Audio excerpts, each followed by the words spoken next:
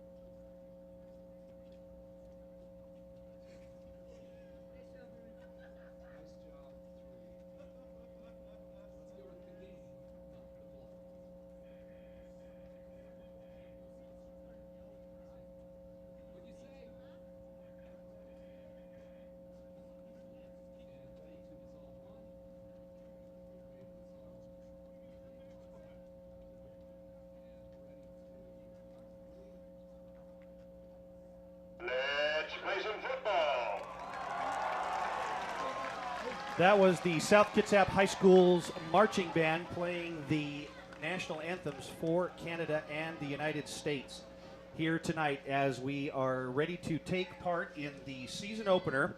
And we also want to mention a big thanks to the color guard for the NJROTC, which took the field tonight as well, following the performance of the high school marching band.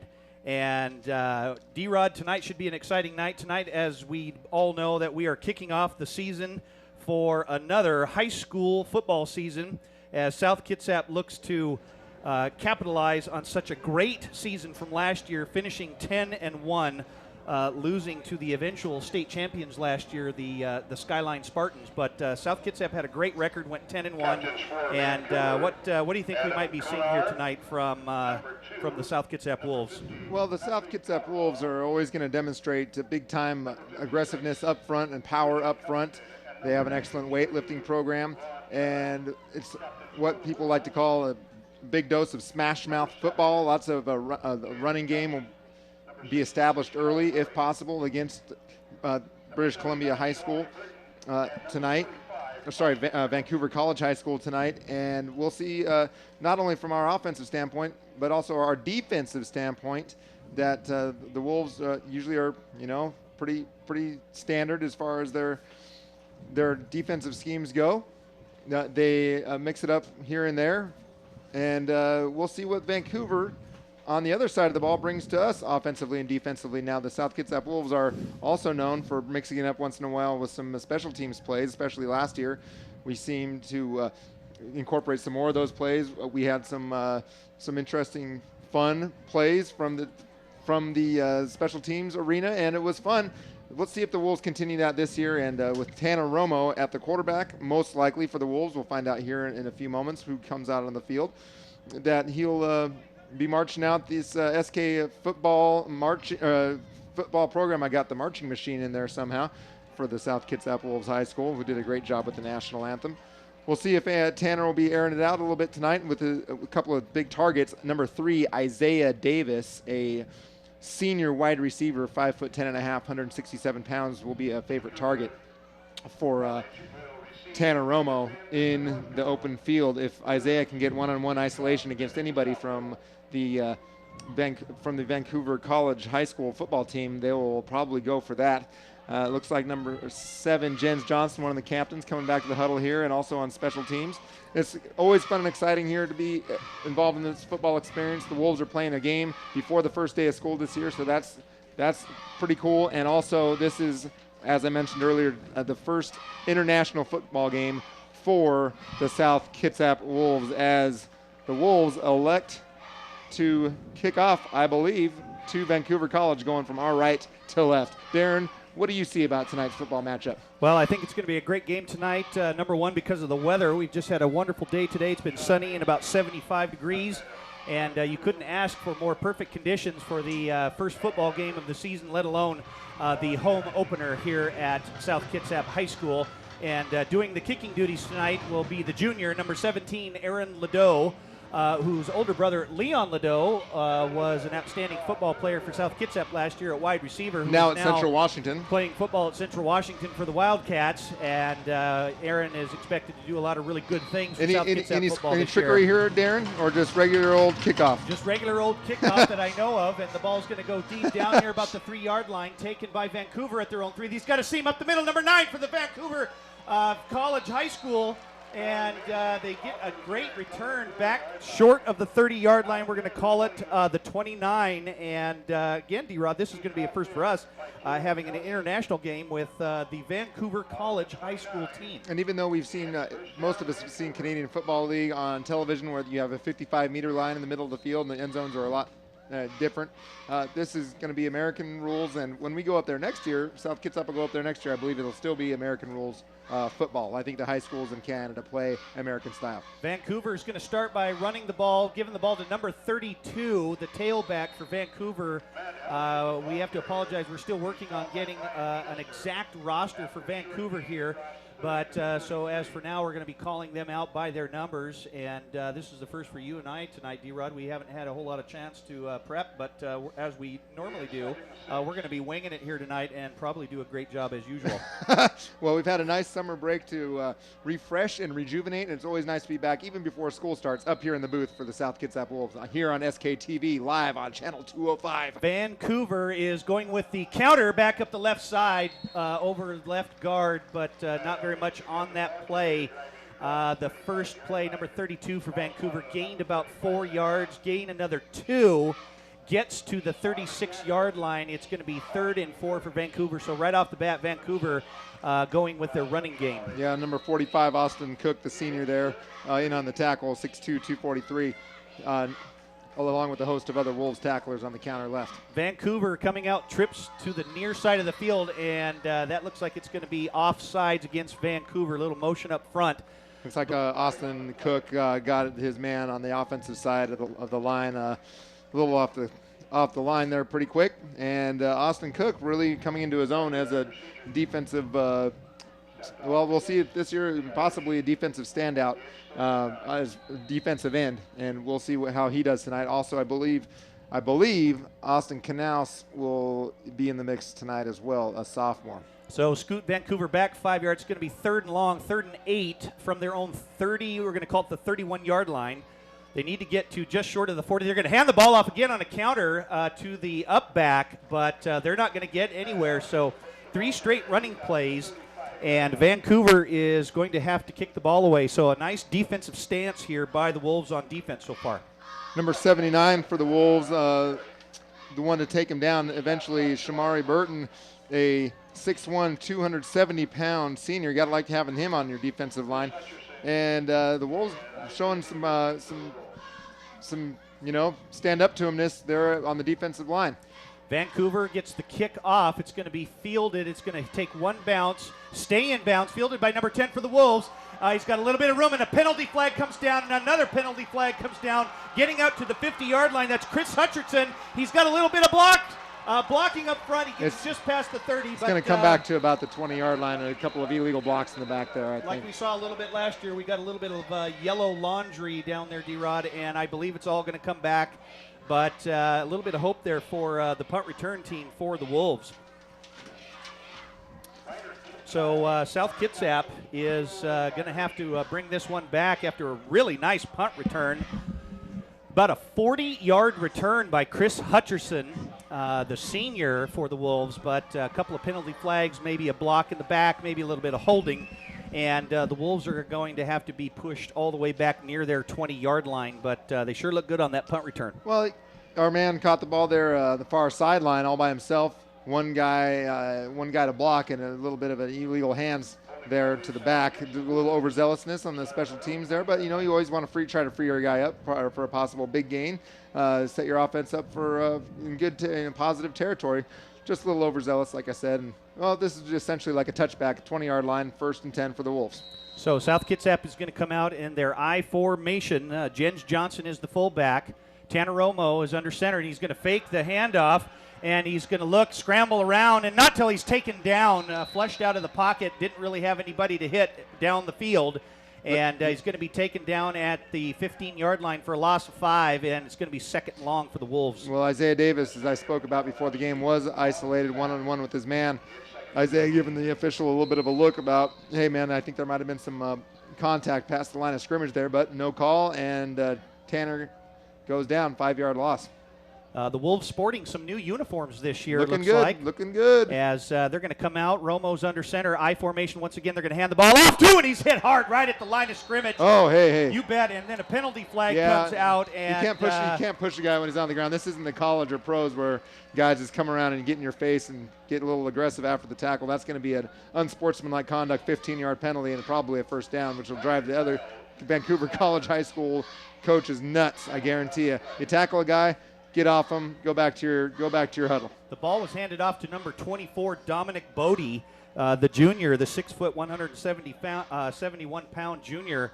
But he was taken down quickly at the 15-yard line, but a little extra shove, and looked like a little bit of trash talking there for about 2 seconds. But In high school football here in the state of Washington, that'll get you an extra 15-yard penalty. So they are going to have to maybe adjust to that kind of thing. Watching a little bit of too much NCAA Division I football or pro football where the guys are always talking smack to the guys when they're on the ground through their helmets. I don't like it, and I sure don't like it here. So the Wolves get a little bit of a break. They're going to pitch the ball to Bodie once again. He tries to get over left guard, does. And Vancouver is right there. Bodie gets about 2 yards on the, call it 3 yards, down to the 34-yard line. It's going to be 2nd and 7 for the Wolves. So the Wolves trying to run it a little bit here so far. Dominic Bodie, a 6 foot, 170-pound junior for the Wolves coming out of the backfield. The Wolves are always trying to run it down your throats at the beginning, see what they can do. We'll see if the defense can stop you, although I was surprised to see Tanner dropping back for a pass there, first play of the possession for the Wolves. Tanner Romo going to Isaiah Davis out the flat, and he turns on that burst of speed, makes a nice cut up front. He's going to have the first down.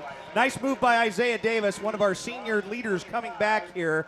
Outstanding wide receiver and defensive back for the Wolves, and he's going to make the catch, and he gets down to about the 45-yard line, but it was a pass out into, it was like a lateral, and Davis was able to get some yards after the catch as Jens Johnson comes out of the game, and the Wolves are going to be 1st and 10, pushing towards midfield. Tanner Romo under center. He's going to fake the handoff. He's going to roll to his left. Good fake by Romo. He's looking for a man. Doesn't really have anybody. And then he finally throws out to Austin Cook near the 50-yard line. The catch is complete, and we're going to call it a gain of 5. He didn't really have good coverage there by Vancouver, sporting their Husky colors, purple and white with the gold helmets there. Huskies playing BYU tomorrow, a big game in Utah for the Huskies. Right there, the tight end finding himself open up the left sideline. Austin Cook doing some blocking duties on the offensive line, left side of the offensive line there, along with number 55, Austin Knaus, the sophomore. 2nd and 5 for the Wolves, right at midfield. They're going to hand the ball off and to the up back, and that's Chaz Bauman.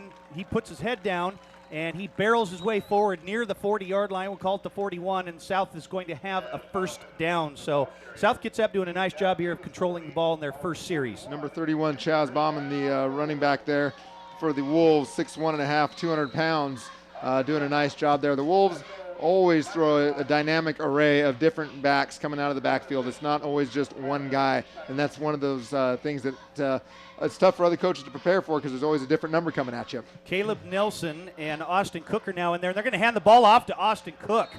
And the big guy, he takes that. Was that Austin Cook? What number was that down there? We're going to have to take a look. Well, that looks like number 49. 49. That's Michael Niner tonight. Number 49, originally listed as number 9 in the program, but now number 49, that's Michael Niner. Okay, I wondered about that, looking for him. So Michael Niner, also a senior returning for South Kitsap as well. Looked like Austin Cook was back there. Get those numbers straightened out here. Austin Cook's kind of a multi-purpose kind of guy, but so is Michael Niner, as the Wolves now are going to come out with 3 wide receivers, 2 split to the far side. Doug Yamamoto is in the game now. Isaiah Davis is in the slot. Romo under center. He's going to look for the man out in the flat, and he throws it up there, and it's caught, and he's hit quickly. Michael Niner once again, but great coverage there by Vancouver. Number 3 for Vancouver right on the stop. In fact, he's going to lose a yard on the play, and it's going to be 3rd and long for the Wolves. That was a great stop from Vancouver College right there as Michael Niner finding himself in the flat and got popped as soon as he caught the ball. Wolves well short of the first down, 4th and about 3rd and about 11 for the Wolves. So the Wolves are going to come out here, 3 wide receivers. They've got Powell and Davis split to the near side of the field. Their top 2 receivers to go to here. Romo is going to hand the ball off to Niner once again, puts his head down, just keeps going forward. He's going to get down to the 46-yard line, a gain of about 6 yards on the play. It's going to be 4th down, and I would imagine that South is probably going to go for it here on 4th down. Well, they are in Vancouver College's territory here. They could go for it. They could punt it and try to pin him back, but you know what? Early on in the game, Wolves want to establish themselves on the scoreboard, and we'll see what they do here. Niner there, I believe, with the running up the back of his offensive lineman, Charlie Murray, number 66, the 5'10", 250-pound senior. Well, Adrian Cardinal comes in, number 47. Wolves are going to go with that power I formation. They're going to hand the ball off to Niner once again, but Vancouver is right there to stop him, and the Wolves are not going to get the first down. Great defensive line stoppage right there by Vancouver, and they are going to take over on downs at their own 35-yard line. Oh, nice defensive job from the Vancouver College football team as they managed to stop the Wolves with their rushing game. Wolves go for it on 4th down as you predicted, DB, and turnover on downs to Vancouver College. So Vancouver with the pass out into the flat, and he makes the catch, tries to spin around. Isaiah Davis is there on the coverage at the 50-yard line, and the Vancouver is going to get a first down call at the 48 where they're going to mark it. So a big gain of about 14 yards on the play, and just like that, Vancouver's first pass, and they're now into Wolf territory. And that's number 25, Tyle Reiner, who picked up the unsportsmanlike conduct and gave the Wolves a first down earlier on the tackle. Tyle there with a nice reception and yards after carry. So Vancouver coming out here. There's a little stoppage of play. There might be some kind of an equipment problem here, but the officials will be quick to help out here. I think they're just going to get ready and get everybody set. So bunch of good guys down there, those officials, making sure everything's set. They're going to throw the quick out to number 25 once again for Vancouver. That is, like you said, that's Reiner Teal. Reiner Tyle. And Tyle makes his second consecutive catch. And the ball's going to be placed at the South Kitsap 43-yard line. So now, after running the ball, the Vancouver College is going to be passing the balls. They're going to come out, split far wide receiver to the far side. That's number 11. That's Duncan Onkawulu, and they're going to hand the ball off this time. That's number 32. That's Matt Alves, and he did a lot of the carrying in their first offensive series.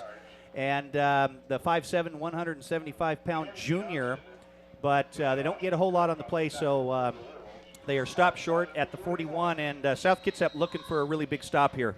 Well, South Kitsap would like to force Vancouver College into a 4th down possible punting situation, although South did not feel like they had to punt it on their last 4th down possession, giving the ball back to Vancouver College, so we'll see what happens here. Vancouver College not afraid to throw it out in the flat. Tickleman is the quarterback. He's going to hand the ball off to Alves one more time. He's chased by Isaiah Davis on the outside, and he's taken down, thrown down at about the line of scrimmage. Nice tackle by Isaiah Davis. No gain on the play, and it's going to be 4th down. Great stop by Isaiah Davis. Speed versus speed there. Let's see if your fastest guy can outrun our fastest guy. And, boy, Isaiah Davis won that fastest guy contest. He is a speedster. We've been seeing him since he was a junior high athlete at Marcus Whitman here in Port Orchard. And, boy, he really chased down his prey there and just took him down, forcing Vancouver College into that punting situation. They're going to kick the ball. And it's a nice kick. It's going to come right down. Isaiah Davis is taking it at the 15-yard line. He tries to sidestep a couple of. He got a little bit of room. He's there goes Davis. He gets to the outside. Stutter steps, a little burst of speed, but not until he's taken down. That was the kicker. That was number 25. That was Reiner Tyle. And he kicked the ball. He punted the ball down, and then he came up and made the tackle. But you have to be careful with Isaiah Davis because if he gets any kind of room, he is gone. Well, he has got excitement written all over him. Last 2 plays in a row, he showed his speed on both plays and excitement on that last one for sure with a nice little return, bumping into guys, his own guys, other guys, officials, whoever's in the way, and almost breaking free a couple times and stutter stepping, and we'll see what he can do here tonight for the Wolves. Romo under center once again, and they're going to hand the ball off, and I think this play, I thought for sure they handed the ball off to number 24. That was for the Wolves. That's Dominic Bodie, but boy, for a second there, looked like he was kind of creeping forward. I thought they were going to throw the flag, but they obviously didn't, and the Wolves get a big gain. Bodie gets about 7 yards on the carry down to the 41-yard line. It'll be 2nd and 3 for South Kitsap. Well, South Kitsap doing a nice job, better job on the offensive line. They're clearing some holes for their tailbacks and running backs, getting the ball through the middle for a 7-yard gain, 2nd and 3. Romo's going to hand the ball off on the counter, but not until he is stopped right there. That's number 71, Brendan Lim. The defensive tackle stayed home. Great defense right there up front. And he's going to drop him for a loss of a yard, so it's going to be 3rd and 4 for the Wolves. And the Wolves looking to get some momentum going here with the offense as Davis comes back into the game to give the play. South Kitsap again coming out here with split wide receivers, 2 wide receivers to the near side, Powell and Davis. And Romo's looking to get some good blocking up front, but that defensive line from Vancouver doing an excellent job Romo's under center at the 41-yard line. They're going to hand the ball off to number 31, Jazz Bauman, but he does not get the first. He's going to be short by about 1.5 yards, about 2 yards actually, and I don't think the Wolves are going to be going for it here, D-Rod. No, I'm thinking they're going to punt this time. Looks like they had Isaiah Davis one-on-one isolation again, handing the ball off to Chaz Bauman that time. Actually, they're punting. I believe Aaron Ladeau is out there to punt for the Wolves. The Wolves are used to picking up yards with their running game, and tonight Vancouver College has come in here and said, hey, our defensive line is going to challenge your running game as we get the snap off for almost a blocked punt. Ladeau gets it off, return. Oh, pack of Wolves there to make the tackle on the special teams play on the punt return. Not a lot going on there for Vancouver College as they'll pick up the ball at the 31-yard line to start things going from our left to right. Vancouver College not afraid to throw it out in the flat. We haven't really seen any deep bombs or anything over anything over 15 yards tonight from either team. We'll see if either team does open it up. We are 2 minutes left in the first quarter of play here at Joe Knowles Field in Port Orchard, Washington. So Vancouver's coming out with 3 wide receivers to the near side of the field. They're going to fake the handoff. Tickleman rolls out to his left. Oh, he has a man open in the flat. That was number 44, Stefano Renzolo, and he does not hang on to the ball. The pass is incomplete, and it's going to be 2nd and 10. So we saw a lot of running early by Vancouver, but been seeing a lot of throwing now, D-Rod. Well, yeah, it sure looked like he had his man open there in the left flat and just couldn't hang on to it. 2nd and 10 for Vancouver College. The Wolf screws off the field before too many men on the field. Penalty gets called. Up the middle for Vancouver College, picking up a few yards. That's number 5, Charlie Thorpe for Vancouver, who goes straight up the middle. A big gain right there. He gains about, he gets down to the, we're going to call that the 38-yard line. He needs to get to just short of the 42, so we're going to call it 3rd and 4. For Vancouver, so they're mixing it up a little bit here. Now they come out in the I formation, split wide receivers. They've got Thorpe and Alves in the back. Oh, and then there was a flinch by the tight end, and they're going to call that. They're going to call it, or not the tight end, but that looks like left tackle. So got to get set and got to stay set. They're gonna send him back there another 5 yards. So Vancouver's done that a couple times tonight, where they have. 3rd and short, and then a penalty pushes them back, makes it a little more difficult to get that first down. This is an interesting game so far, DB, in that we've got 2 teams here trying to establish the run game, trying to throw it a couple times here and there, or a couple of peppering around the ball just a tad, but mostly the run game, and it's a battle of defensive lines so far, and both teams playing very well on that defensive line. Tickleman comes out, I formation, split wide receivers. Send a man briefly in motion. That's the fullback. They're going to fake the handoff. Tickleman rolls to his right. He's looking for a man in the flat. Good coverage by the Wolves, and he's just going to run out of bounds. Taken down nice and gently, so there's no extra penalty flag coming in. Good job by Austin Cook to just let him down gently. But he's nice and easy. Not going to come anywhere near that first down. So good job by the Wolves there on defense, and Vancouver's going to have to punt the ball away. Another punt for Vancouver College. That's this will be 2nd for them. It was 2nd for Vancouver College, and the Wolves have 1 and a turnover on down. So it has been a kind of a smash mouth up and down just between the 20-yard line so far for both teams. Tile kicking the ball once again, and it's going over towards Hutcherson. He's going to have it near his 25-yard line, trying to look for a block. He gets a block, cuts up front, tries to spin right back up the middle, but taken down by number 7. That's Gareth Lindstrom. And some other Vancouver defenders, but good job by Hutcherson to hang on to the ball. The first time he had a really big return, but they brought it back because of some penalties. But you got a combination of Isaiah Davis and Chris Hutcherson in the backfield to receive punts on special teams, and that's a pretty dangerous combo. All right, and I don't think Vancouver College has had much time to scout the Wolves this year. They might have had picked up some tape from previous years with Isaiah Davis out there. Isaiah Davis being the senior for the Wolves, and they may or may not have known about his speed before the game, but I think they're trying to punt the ball away from him now as they see maybe a couple of things that he can do, and that's a smart call on the part of Vancouver College. So South Kitsap comes out. They have the ball at their own 47-yard line near midfield. Good field position. Romo drops straight back, and he's shut down from behind. Tackled from behind by number 5. Very good job by Charlie Thorpe, who we saw him earlier carrying the ball. And Thorpe is also in there on defense, and Romo did not see him. He came in from behind, that good quick speed by Thorpe, and took him down for a loss of about 5 yards all the way back to his own 43-yard line. Romo dropped back, looking to throw it probably 20, 25 yards down the left side, and as he's getting ready to throw, before he even can cock the hand back, he takes one right in the back. Romo's going to hand the ball off to the tailback. That's Bodie once again, but he is stopped up front. And Vancouver getting a little fired up here. They're Wolves trying to run the ball a little bit, probably gained. I don't even think they gained anything on that play. It's going to be 3rd and long. So Vancouver doing a nice job up front, stopping the run by the Wolves. I'll tell you somebody's going to get talked to. Whoever the offensive line coach is for the Wolves is going to be talking to the Wolves offensive line at quarter break here and at half about blocking your blocks, doing your job, hitting your gaps, and creating openings for the backs, because right now, the last few times the Wolves have tried to run the ball, they're getting stopped in the backfield. The blocking has got to improve for the Wolves in order for them to have success tonight. As we break, it's a 0-0 tie here at the end of the first quarter in Port Orchard, Washington.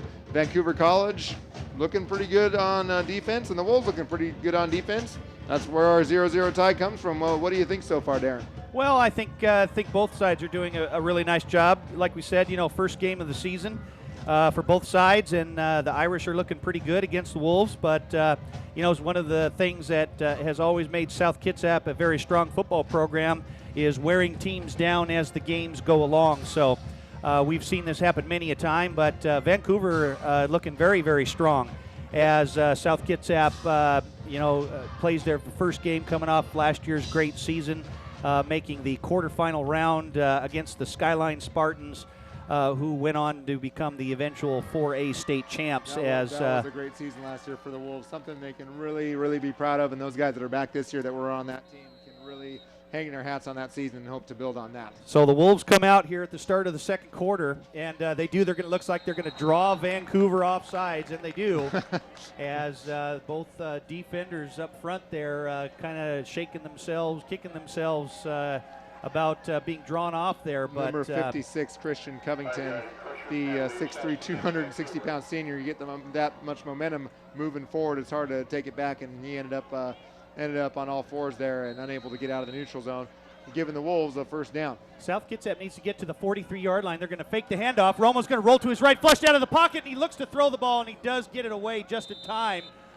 Very nice job by Vancouver. The Irish were right there to flush him out. They've kind of gotten used to that little fake handoff as Romo rolls out to his right, but good defense by the Irish right there. Number 71, Brendan Lim, the senior, and number 7, Gareth Lindstrom there on the pursuit of Romo, giving a little extra pop there after the pass came out, really going after their prey there and sending Romo a message. Romo's taking a couple of hits tonight, and the Wolves got to be careful with that.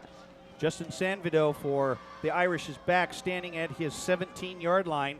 Little high snap. Aaron Ladeau with a low end-over-end kick. And Sanvido's going to field it anyways, but hangs on to it, and he's dropped right there.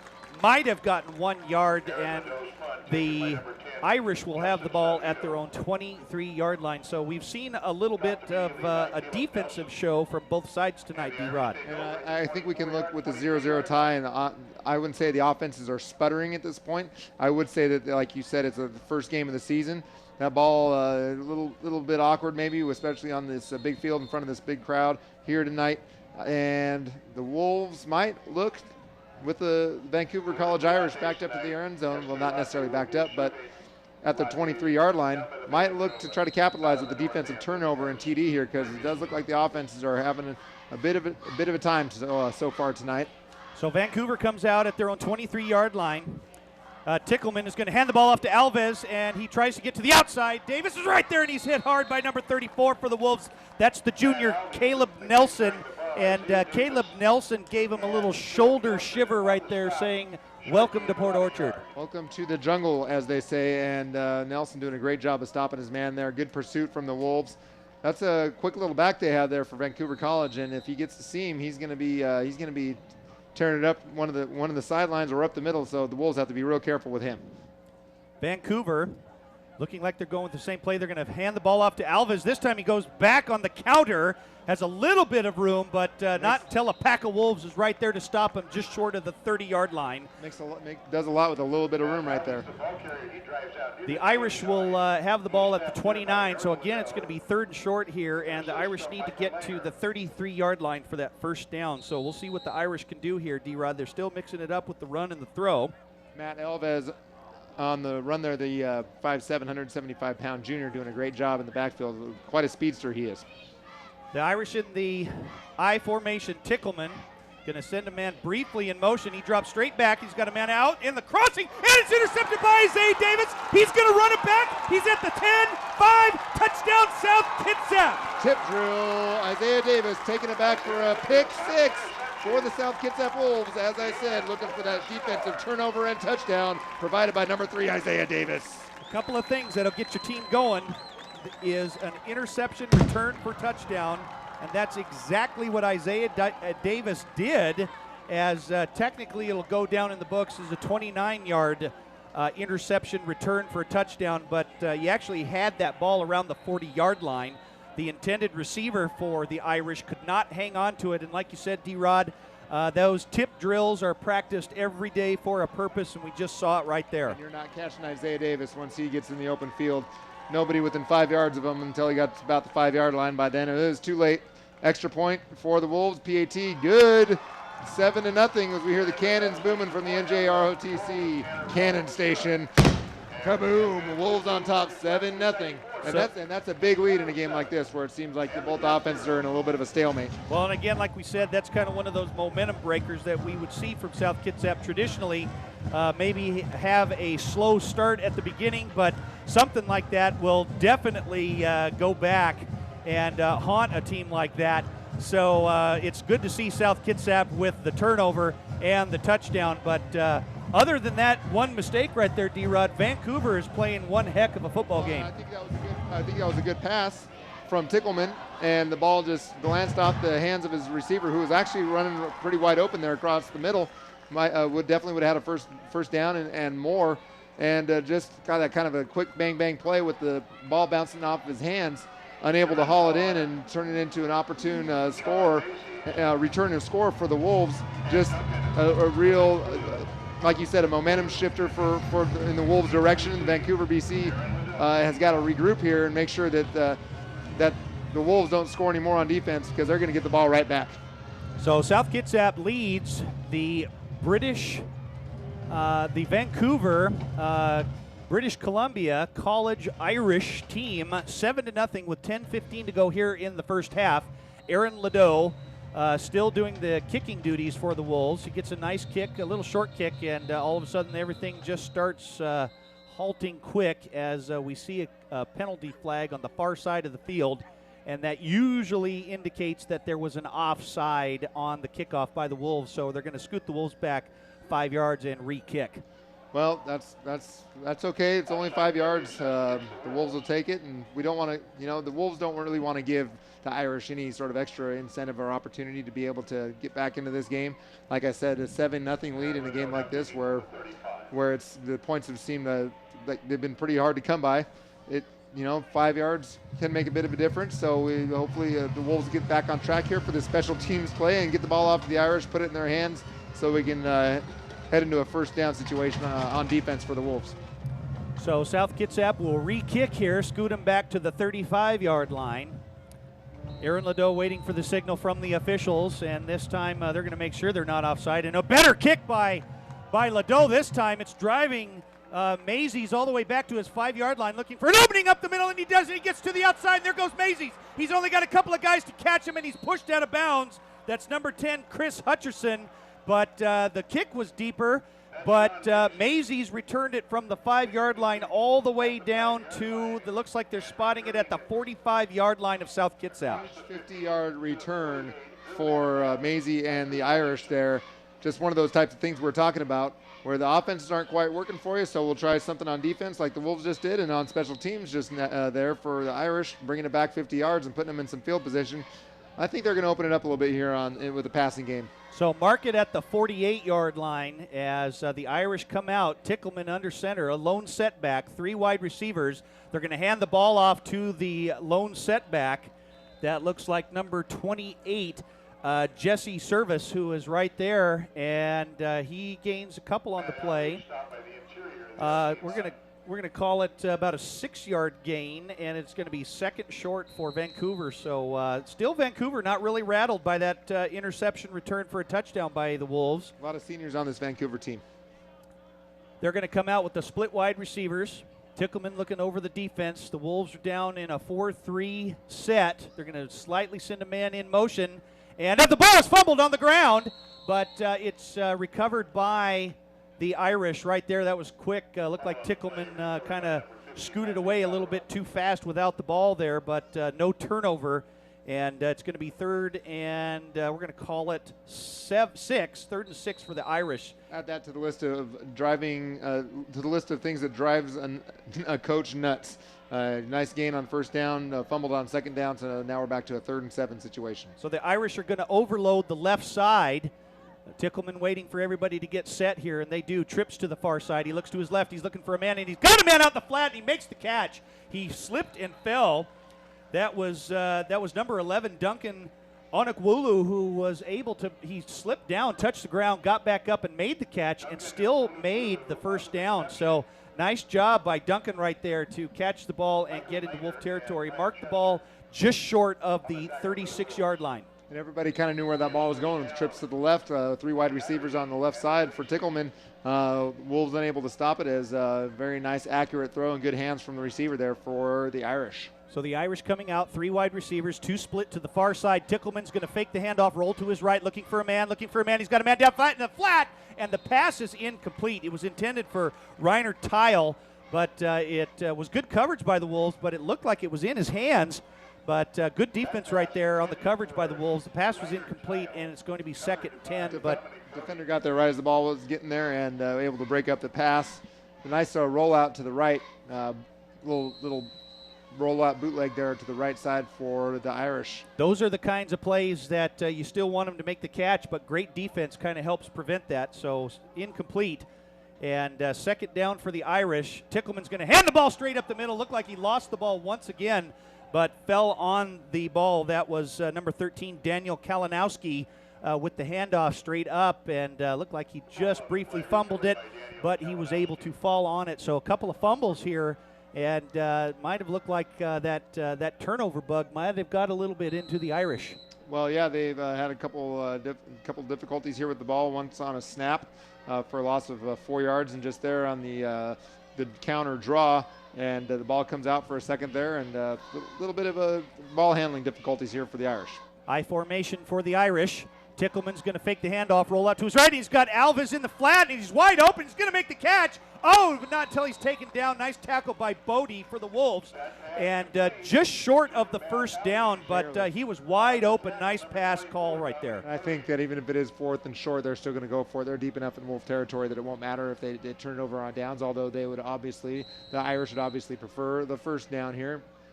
4th and short. Looks like about a yard or 2. They're at the 37. They need to get to the 36. So the Wolves need a big stop right here. The Irish are coming out, nothing too wild and crazy. They've got Thorpe and Alves in the backfield. Tickleman under center. They're going to hand the ball off to Thorpe, and he is not going to get it. I think he's short. He was stopped at the 30-yard line. He looked like he tried to reach it out and extend it, but even if he did, he was too short. So that quick draw play again, not working. The Wolves sniffed it out early and pushed him back. I think the Wolves are going to get the ball back on downs. Well, they were looking for a little counter, looked like, and but the Wolves' defensive line had a really good push right there, and so they were able to shut the door on that. Nice job by the Wolves up front. And they will take over on downs. And that happened to the Wolves earlier in the first quarter.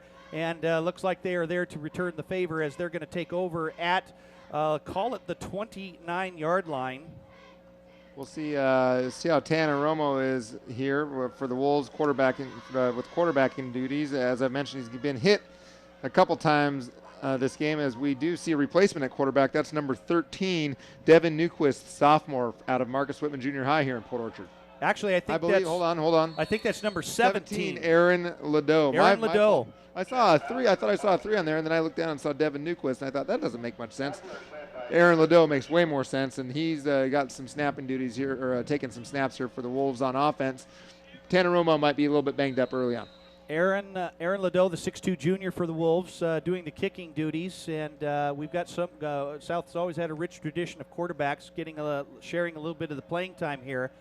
They handed the ball off right there, and it's going to be second long for the Wolves as Austin Cook goes in motion to the right side. Ladeau's going to hand the ball off to the tailback, but again, right there, the Irish defensive line is there to stop. The handoff was given to Chaz Bauman, and only a gain of about 1 on the play. It's going to be 3rd and long. We're going to call it 3rd and 7. The Wolves need to get to the 39-yard line for a first down. That's the Cedric Junior High connection right there. That's 17 Aaron Ladeau handing it off to his fellow junior out of also Cedric Junior High. That's Chaz Bauman, number 31. And we'll see how those boys progress here tonight and in the future. Isaiah Davis and Michael Powell split to the near side of the field. Ladeau rolls to his right. He's looking for a man in the flat, and it's just on the outstretched hands of Isaiah Davis. He was near the 37-yard line, led him just a little bit too far. The pass was incomplete, and it's going to be 4th and long for the Wolves, so a good defensive stop there by the Irish. The Wolves doing a good job of, the Irish doing a good job of flushing out the pocket there. The Wolves quarterback's unable to really just do a 3 or 5 step drop and pass. They're being forced out and forced to roll and throw on the run, which uncomfortable for most quarterbacks, especially young quarterbacks. So South Kitsap, Ladeau stays in the game. He's standing at his own 20-yard line, and the whistles are going to blow here for a second. Usually, again, that's probably some kind of an equipment deal, but back to receive the punt for the Irish, standing near his 30-yard line. That is number 10, Justin Sanvido. As the Wolves still lead here, a little high snap, but Ladeau brings it down. It's end over end. Sanvido takes the ball near his 35-yard line, tries to sidestep, and he stays tackled. He spins around. He only had him by 1 leg, and he's still going. Wow. Took about 5 or 6 Wolves to take him down. He just wouldn't go down, but he finally does at his own 40-yard line. So out of all of that, a 10-yard return, and the Irish are going to have the ball at their own 40-yard line and see if they can get something done here with about 5:27 left in the first half. Nice little tough return there. Like you said, only about 10 yards, but really standing up the whole way and getting pounded. Almost broke out of that a couple times, and who knows what would have happened there, but nice return from Sanvido. Oh, and they tried to get a quick snap in, but I don't think everybody was set yet unless the Wolves are going to get flagged here for offside, but I don't think that's the way it's going. So the Irish were trying to catch South Kitsap off guard, and it did not work, and so we're going to scoot them back 5 more yards to their own 35-yard line. So they tried to catch them in a little quick snap there, Coach. Well, I think they caught themselves off guard a little bit there as they maybe everybody wasn't quite on board with the quick snap play there. And, not something they've been doing all night, so it seems likely that someone's not going to be on the same page out of 11 guys that you need to be set and ready to go for the quick snap, although they had a nice little play set up there for the left flat. So the Irish come out. The lone setback is Alves, standing at his own 29. They're going to hand the ball off to Alves. He tries to come back on the counter. He's got a little bit of a block, keeps the legs going forward.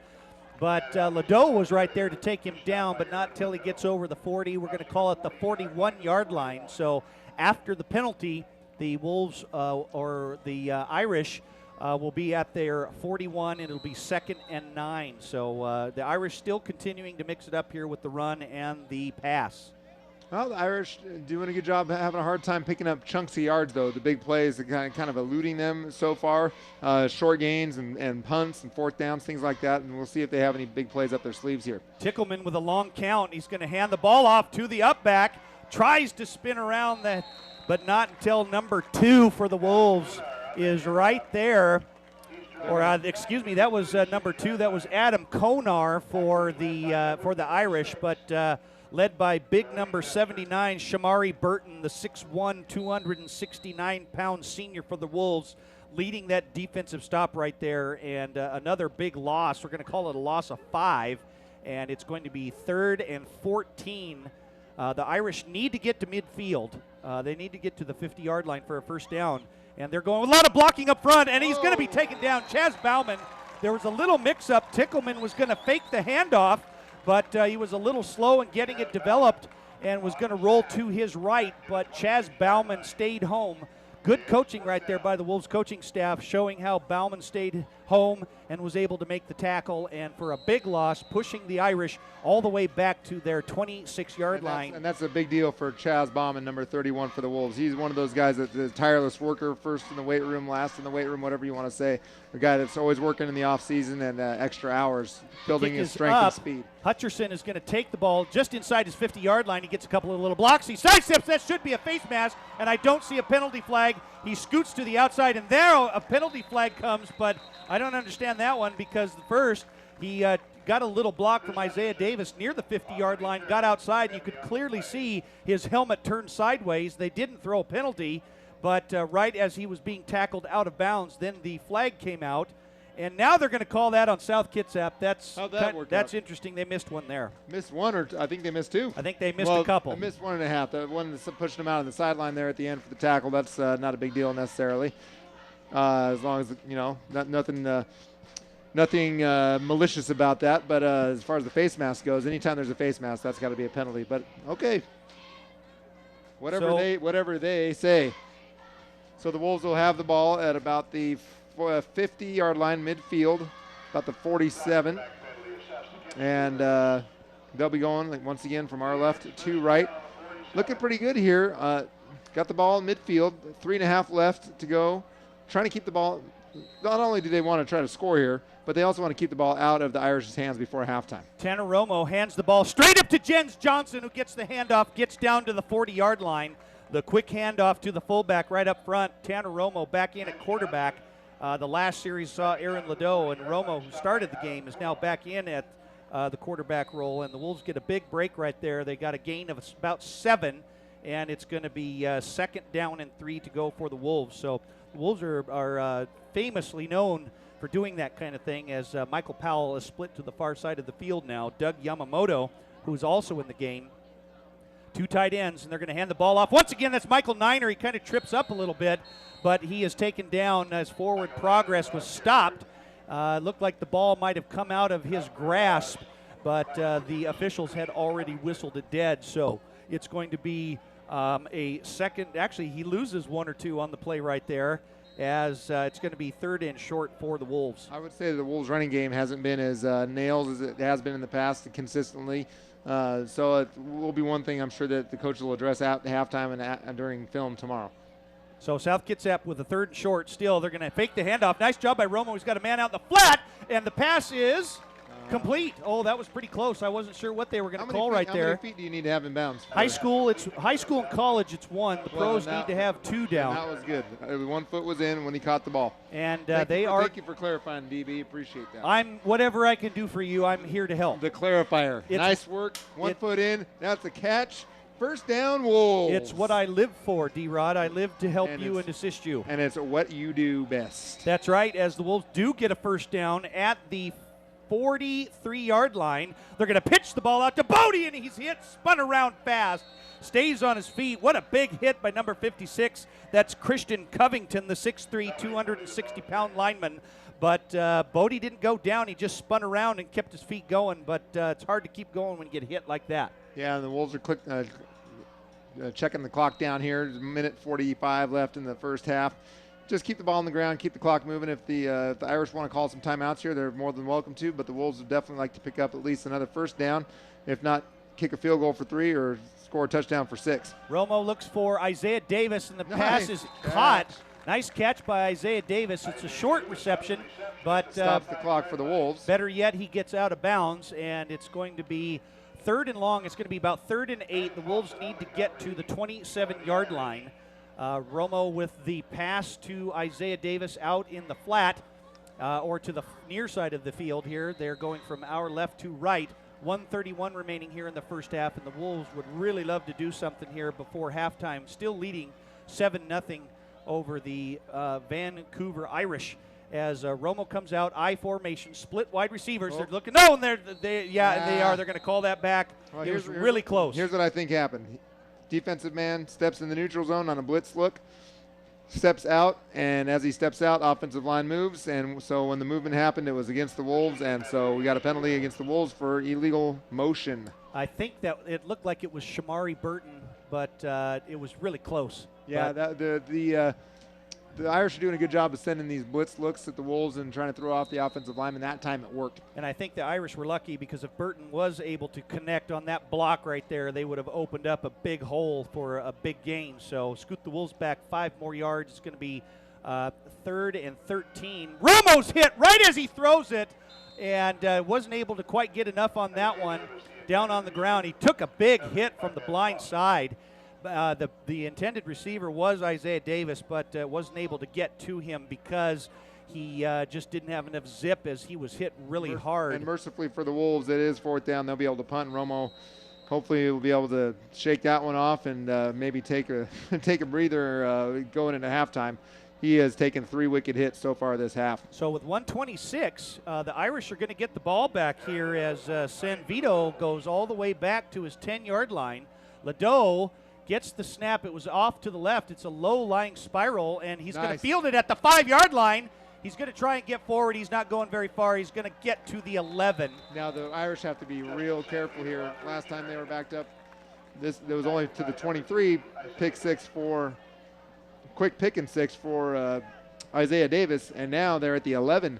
They can't. I don't think they can really afford to do anything too fancy or tricky here. Maybe that the Wolves wouldn't be expecting. I think the Wolves pretty much on every defensive play expect anything, and so well-coached defense, well-coached team.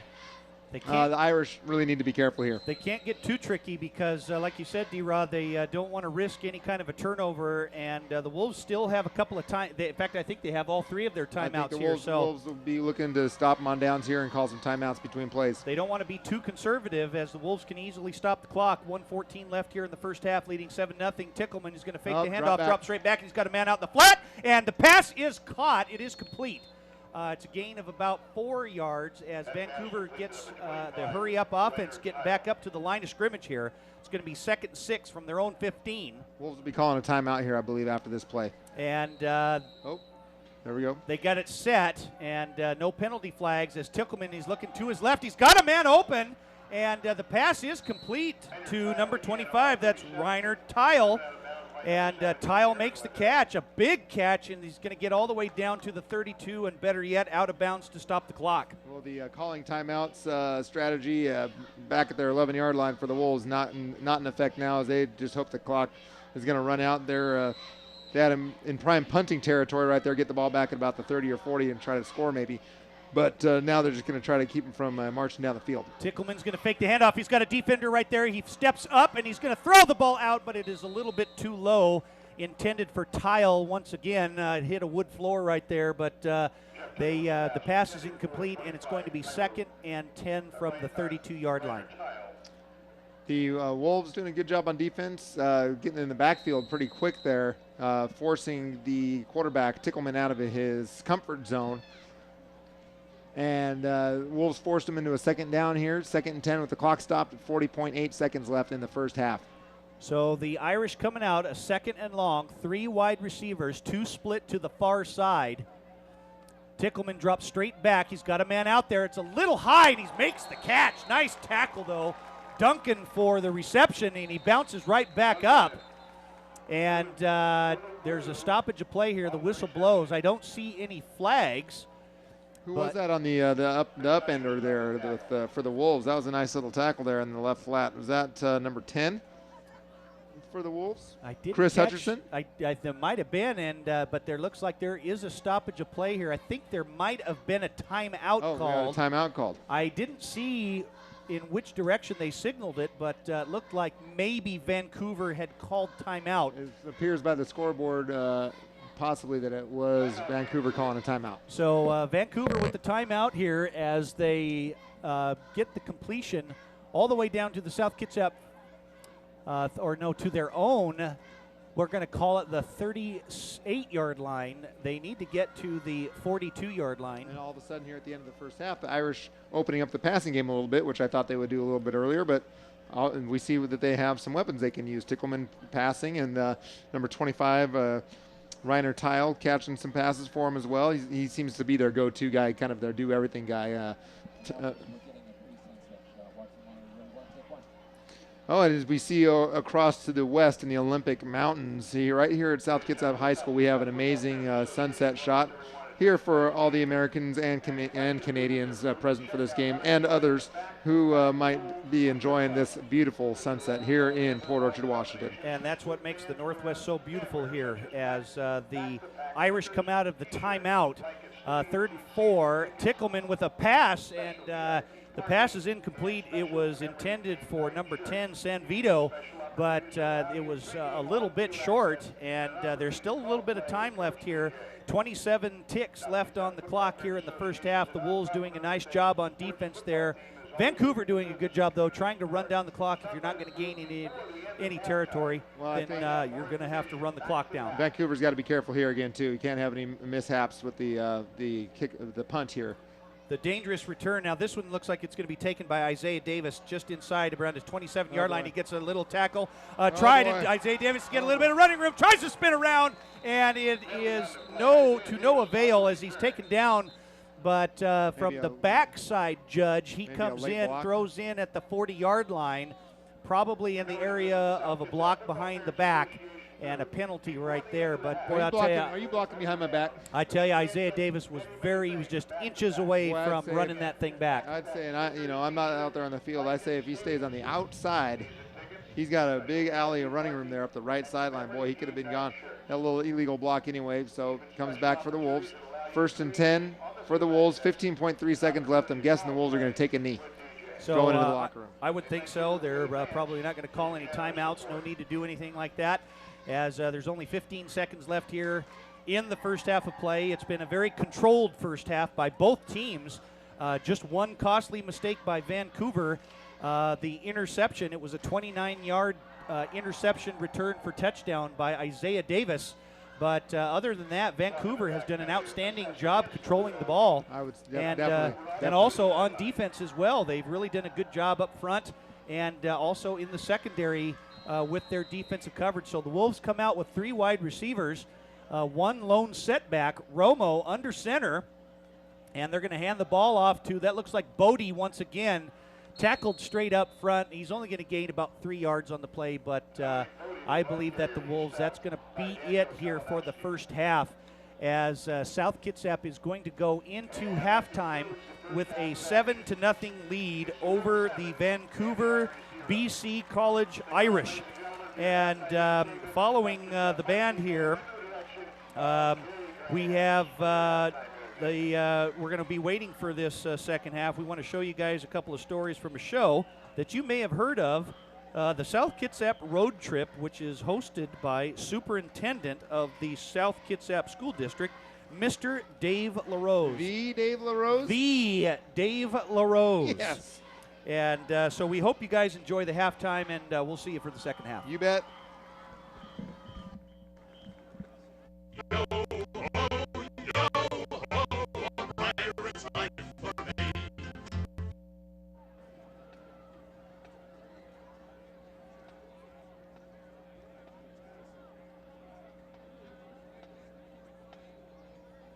For one member of the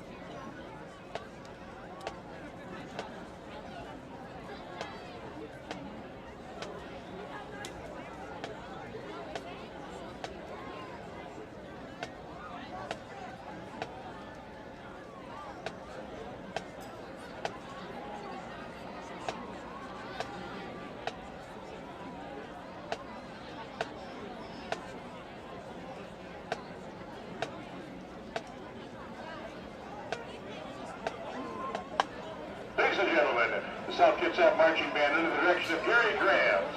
Tonight, the South Kitsap Marching Band will be conducted by Senior Drum Major James Damian, Junior Drum Major Jennifer Weaver, and Field Marshal Heidi Lambert. Tonight, they will be performing 2 song selections from their show Piano Man, the music of Billy Joel. This includes the hit songs We Didn't Start the Fire, Piano Man Medley, My Life, and Only the Good Die Young Medley. They would like to welcome 9th graders from Cedar Heights, John Sedgwick and Marcus Whitman Junior High, who are marching with the band this year. The drum majors would also like to thank the band section leaders, parents, and the South Kitsap School District for their dedication and hard work in supporting the band. Ladies and gentlemen, Piano Man.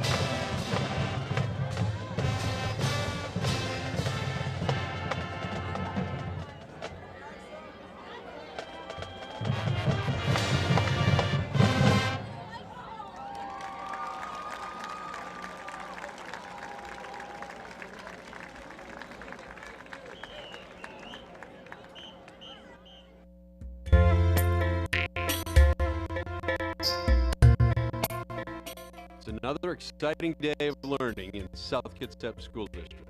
Only today, things look a little different. For one thing, the students arriving for class are parents, and the children, well, as you'll soon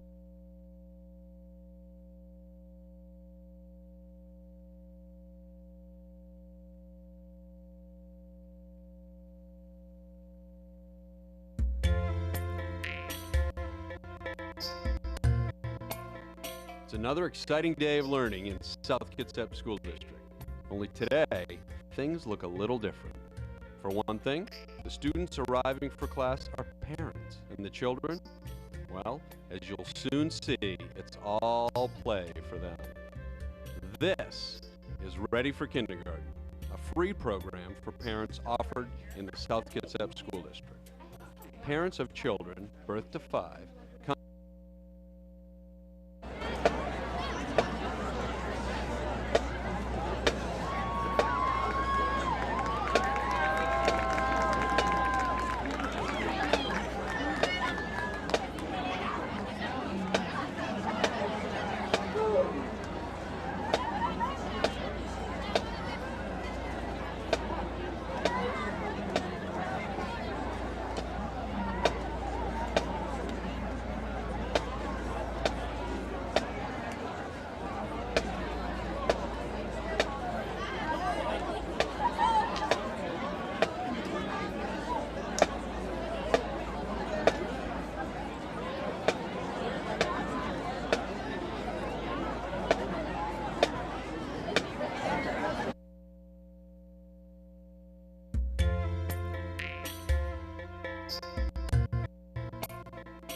It's another exciting day.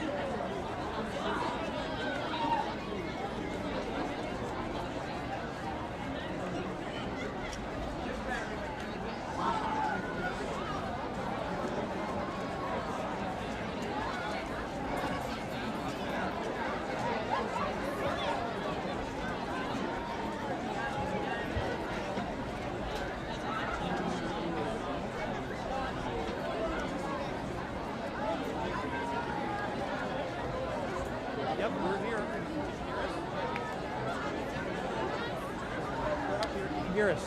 Mike. Okay. Hey, Mike.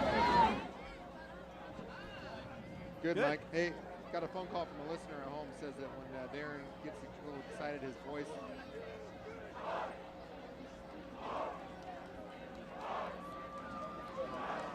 They said his voice is crackling when on an exciting play, like it's popping out of the speaker, like too loud. So just maybe a skosh off of Darren. Okay. And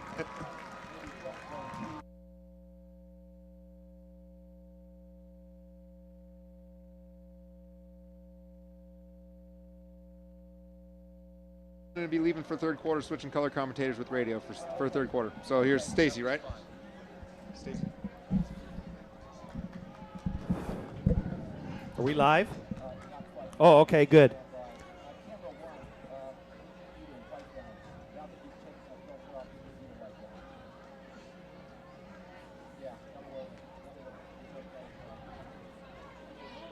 Are you still coaching basketball? Yeah. Here? Yeah. Okay.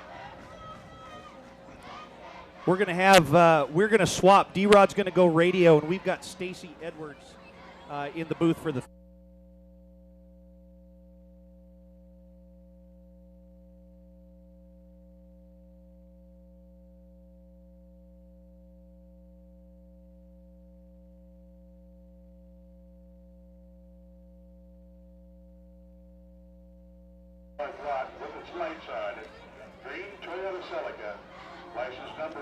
Welcome back, everybody, as we are coming back here live on SKTV channel 205 here at Joe Knowles Field at the campus of South Kitsap High School. As halftime is just wrapping up, the South Kitsap Wolves lead the visiting guests that we've come all the way down from Vancouver, BC, the Vancouver College Irish.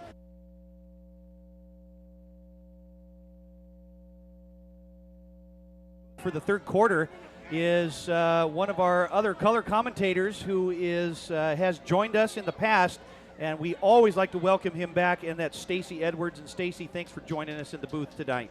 Absolutely. You know, it's always good to see you guys. You know, it's just one of those things like tradition that is football season when you see you guys, and it's great to start, you know, our football year from the radio side here at South Kitsap. Well, Stacy, we've had quite a game here tonight, and barring just one little mistake that cost Vancouver a touchdown, Isaiah Davis has the only score, a 29-yard interception return for touchdown. It's been a great football game here tonight, and Vancouver has really proven to be an outstanding football team offensively and defensively. Well, the Irish, now, I started my career professionally actually in the Canadian League, and the Irish, they're one of the better high school football teams in Canada. So you're not dealing, you know, I think a lot of times, you know, we look down on Canadian football, but this is one of the better football teams that you're going to see from our neighbors up north. They've done an excellent job tonight offensively. They've done a really good job of managing the football, sustaining drives, running, passing, and but on the defensive side as well, as the Wolves have struggled at times, you know, advancing the ball forward, but Vancouver's done an excellent job up front on the defensive line and even with the pass coverage. And what do you think we might see here in the second half? Well, you know, I think if it's me, I go to my seniors. I try to get the ball into Isaiah Davis's hands somehow, some way, throw it up and just let him try to make a play for you. It's obvious that, you know, the Irish is coming here with the goal of stopping South Kitsap on the ground. They've got 8 guys in the box. They're blitzing every single play from one side or another. So they came in with a very clear game plan, make them beat us in the air, and I think that's what South is going to have to do in order to pull this one out, or to give themselves a little bit more distance between their competitors. And one point that we made earlier in the first half was, you know, South Kitsap was matching toe-to-toe with Vancouver here, as one of the strengths, though, for South Kitsap in the past couple of decades that has made them such a strong football program is wearing teams down. Mm-hmm. That stamina, some of those long practices that they have, but it sure builds them up mentally tough. Well, you know, we've always kidded that, you know, Coach Segerson is, no more than a big high school bully, because everybody knows what he's going to do, but then they can't stop it. That's right. And, that shows dedication not only to a belief, but that's the dedication to the kids that come into this program. You see high schools all over the country that change their offense every year.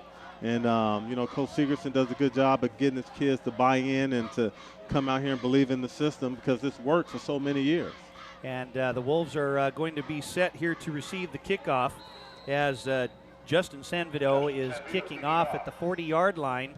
And they're going to kick it off short. Looks like it goes out of bounds, but I believe that's going to be offside by Vancouver, and most likely scooting them back 5 yards and re-kicking here. But like you said earlier, Stacy, you're right. These players, as many have in the past, have bought into the system, and head coach DJ Segerson is doing an outstanding job.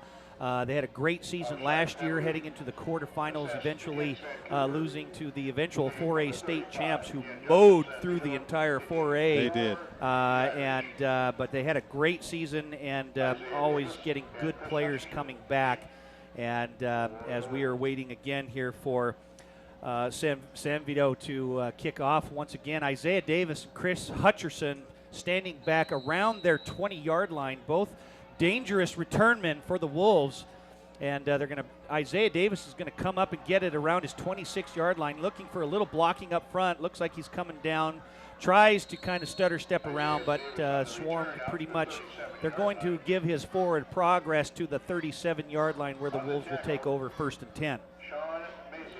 Yeah, now it's going to be interesting what that halftime speech was about for Coach Segerson, and to see what they're going to come out and do here on the first half. Are they going to just ground and pound and wear him down and wear him out and hope to take control of this game in the fourth quarter, or are we going to see them spread the ball around a little bit? So the Wolves come out in their I formation. They've got 3 wide receivers. A new quarterback is Eddie Meisner, the junior for the Wolves, and he's going to fake the handoff, roll out to his right. He's got a little blocking up front. He throws the ball. Nice catch by Isaiah Davis. He's in the flat at the 41-yard line. A nice bullet from Meisner. Davis hangs on to it.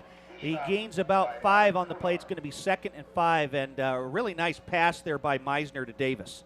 Well, and that's a lot of confidence. You put a brand new quarterback in the very first play that he has is he throws the ball. And so that tells you that Coach Segerson has some confidence in his young junior quarterback. And talent at that quarterback position as well. One senior in Romo, as the Wolves are going to come back here. They're going to hand the ball off to the tailback, puts his head down, keeps going.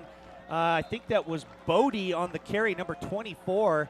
As he put his head down, took a hit, kept going, and he gets to the 44-yard line, where the Wolves are going to have 3rd and short. But this is something that we might see all season long. The Wolves have 3 talented quarterbacks, and we've already seen some play from the senior Tanner Romo, the junior Aaron Ladeau, and now from the junior Eddie Meisner. Well, you always start off with your senior. You give him the benefit of the doubt. And then you work your way, down from there. And this is why, this is the very first game of the year, and you got to figure some things out. That's right. As Meisner throws the little hitch pass right out to Isaiah Davis, little scuffling going on there, but no harm done by the Wolves and the Irish. But Isaiah Davis with the pass from Eddie Meisner, and he makes the catch and reception, and he's going to get all the way down to the 45-yard line. So Eddie Meisner, in his first series at quarterback, the junior for the Wolves, marching them straight down the field. They get past midfield. They come out with split wide receivers. Isaiah Davis on the far side, Powell the near side, I formation. Meisner, he's going to hand the ball off on the counter to Bodie, and he's got a lot of blocking up front. He gets to the outside. See you later. There goes Bodie. He's at the 10-5. Touchdown, South Kitsap. Now that's the South Kitsap that we've known for years, and it's I formation, ground and pound. You don't have to get too tricky in the passing game, especially when you've got athletes on the edge. Isaiah Davis is one of those kids that one little mistake is going to make you miss. And since you've seen that success now in the passing game, now if you're Vancouver, if you're the Irish, you got to start thinking about more than just stopping the run, because you don't want to let a kid like that get loose. And a great job of putting a brand new quarterback in. I think he was 3 for 3 on that drive. and leading the team down for a score. You bet. And there was a great run and good blocking up front by the offensive line as Dominic Bodie goes 45 yards for the score, and the Wolves are on the board. Their first offensive series here in the second half, and with 10:08 remaining in the third quarter, South Kitsap leads the Vancouver College Irish 14-0. But like you said, Stacy, the Irish, looking to concentrate on, stopping the Wolves on the run, but having to look out for the pass, and with Meisner especially, and even Ladeau and Romo coming out throwing the ball quite a bit, they're just kind of having to get used to exactly what the Wolves are going to do. And right there, it just showed how the Wolves got a great break on offense, great block up front, and Bodie gets into the end zone. Well, it's the chess match that happens between coordinators and between team and team. And when you go in at halftime, you make some adjustments, you make some changes, and now it's the other side's turn to see if they can make some adjustments and make some changes. And now you see this balanced attack of South Kitsap, both in the air and on the ground. That could be difficult, if they planned this whole time to load the box with those 8 guys and just let the receivers run wild on the edge. That can be a difficult task, for the Irish. They've got to adjust, or this thing could really get out of hand quickly. You bet. So the Wolves are set to kick off here. Dominic Bodie with a 45-yard touchdown run by the Wolves to kick off their second half offensive series. And Ladeau is going to kick it way down. I don't know. It's going to go out of bounds. It was a long kick heading to the left side, but it goes out of bounds. And the Irish are going to have very good field position. I believe that they placed the ball at the 40-yard line in high school football. So the Irish are going to have a decent series here. Or is it the 35-yard line? I think it's the 35. I could be wrong, but yeah, I believe it's 35. It is the 35-yard line. And so the Irish are going to have good field position here coming out. But it'll be interesting to see what they do. They've been doing a nice job offensively, running the ball and passing the ball. But they're going to have to get something done here. And as they come out of the huddle, a quick huddle, 3 wide receivers. The lone setback is Alves, and Tickleman is under center. They're going to hand the ball off to Alves. He tries to go off the left guard, but he's shut down pretty fast by that Wolf defensive line. So nothing doing there, and it's going to be maybe a gain of 1. In fact, I might have got a half a yard on that one, and it's going to be second and long for the Irish. The Irish, they just haven't had a lot of success with that stretch play and that straight dive. When they've had success in the ground game, it's been with misdirection. Tickleman, he drops straight back. He's looking for a man, and he throws a rifle right into coverage. And it was intended for number 11 for the Irish, who is that's Duncan.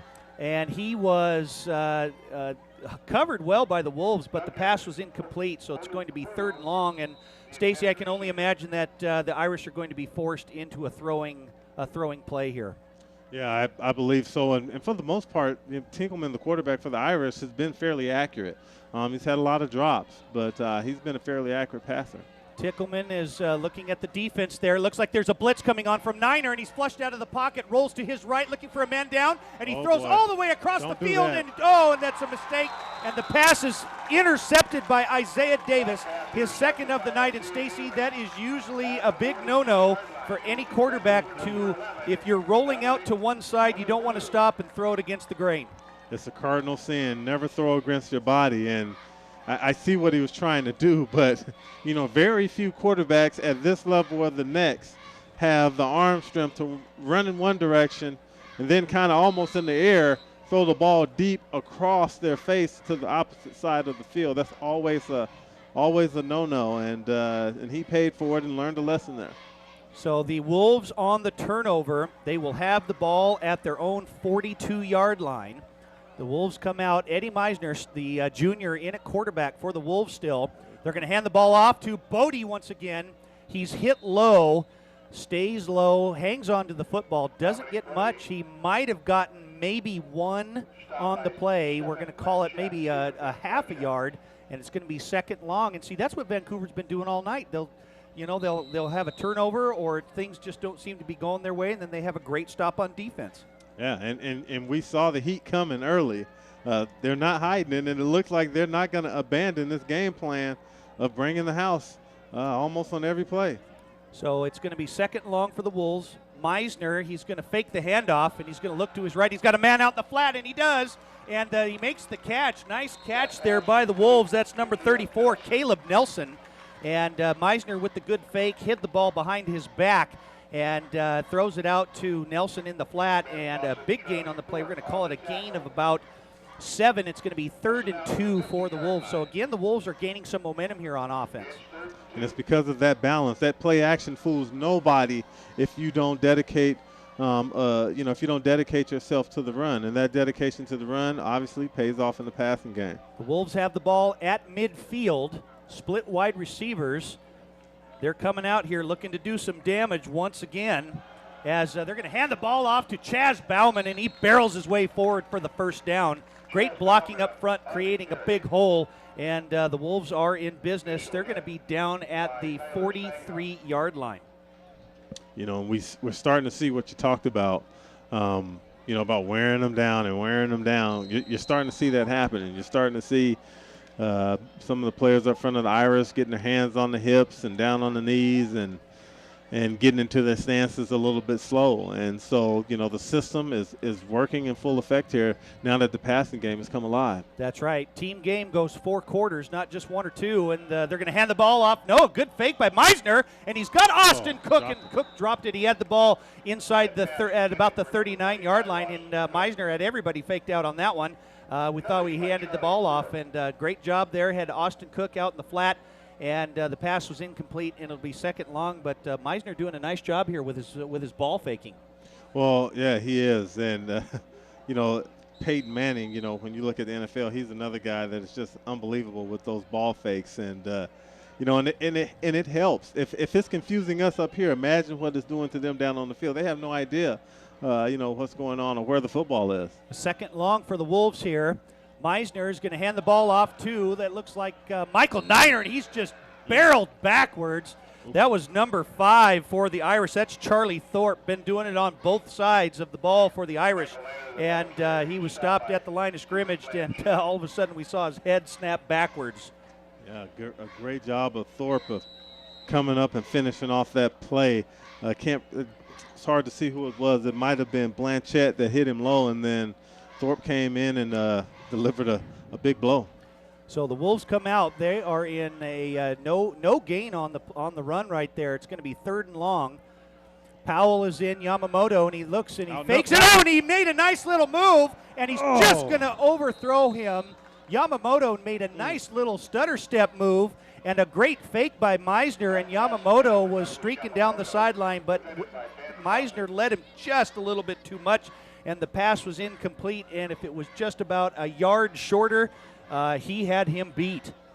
A yard short if he was half of a second, 10th of a second faster or 6 inches taller. That's right. Either way you look at it, that was but again, great play execution, and this is the first game of the year, and you saw, if you're Coach Segerson and the coaching staff, you're still seeing good things even though that pass play wasn't completed. Seeing really good things, and the snap was just on a little bit high. Ooh. Good job by Aaron Ledoux to gather in the snap, and they're not going to return this one. They're just going to let it die. That was number 2, Adam Konar. The snap was actually a little bit wide, and Ledoux had to run to get it to his right. He actually caught the ball, and he caught it on the run and was able to punt the ball down the field. So a big break for the Wolves there, because the Irish could have been in big business if they had gotten the ball deep in Wolves territory. Oh, yeah, that had disaster written all over it, and great job of Ledoux of, kind of kicking that rugby style and improvising on the run. So South Kitsap still leading here with 6:42 remaining in the third quarter, 14-0 over the Vancouver College Irish, as Tickleman under center. He's going to roll out to his right. They're going to hand the ball off to Alves one more time, and he's got a nice little opening past the 20, 25, down to the 30, out at the 32-yard line. Big blocking up front, and that's one of the breaks that the Irish were looking for right there. Well, again, going back to the stretch play, and that's really the first time that it's worked. And, when you see that stretch, it's zone blocking up front, and you have to be careful as a linebacking core not to overrun that play, because there's no designated hole. They run it in a direction, and the running back has the ability to pick any hole he sees open. So as a linebacker, if you overrun it, then they cut back on you. If you're too slow flowing to it, then you see what happened there, and you get a big gain by the tailback. Irish on 1st and 10 on the other side. Oh, and it's almost lost by Alves. The exchange from Tickleman, and he was lucky that he didn't lose it right there. Still hung on to the ball. It's going to be a loss of about 4 yards on the play, but almost another disastrous turnover for the Irish. Cody Tester doing a good job of getting in the backfield and making that play for the Wolves, and you see the timing being off a little bit there for the Irish, and just that little bit of time was enough for Tester to come up with a big play. Tickleman under center once again here, and he's going to hand the ball off to Alves, and he's met up front. That stretch play there one more time, but the Wolves defensive line quick to shut that one down, trying to gain a few of the yards back, got about 2, and it's going to be about 3rd and 12 for the Irish. They've got to get across the 40. They need to get down to about the 44-yard line for a first down. So the Irish coming out here, still running. They are going with an I formation, split wide receivers both sides. Tickleman takes the snap, and he's going to hand the ball off straight up the middle to the up back. That is number 2. That's Adam Konar. And a little surprise there, Stacy, that they didn't throw the ball on the last couple of plays. And I know it was 3rd and long, but they actually haven't been throwing the ball too badly. Well, sometimes coaching staffs, have a hard time letting go of the pass. And if you recall, on their previous series on 3rd down, a mistake happened, and they threw an interception, and maybe they just didn't want to risk throwing another interception. So the Irish with the kick, and it's going to be fielded by Isaiah Davis at the 33-yard line. He's got a little block up front. Oh, and that little burst of speed.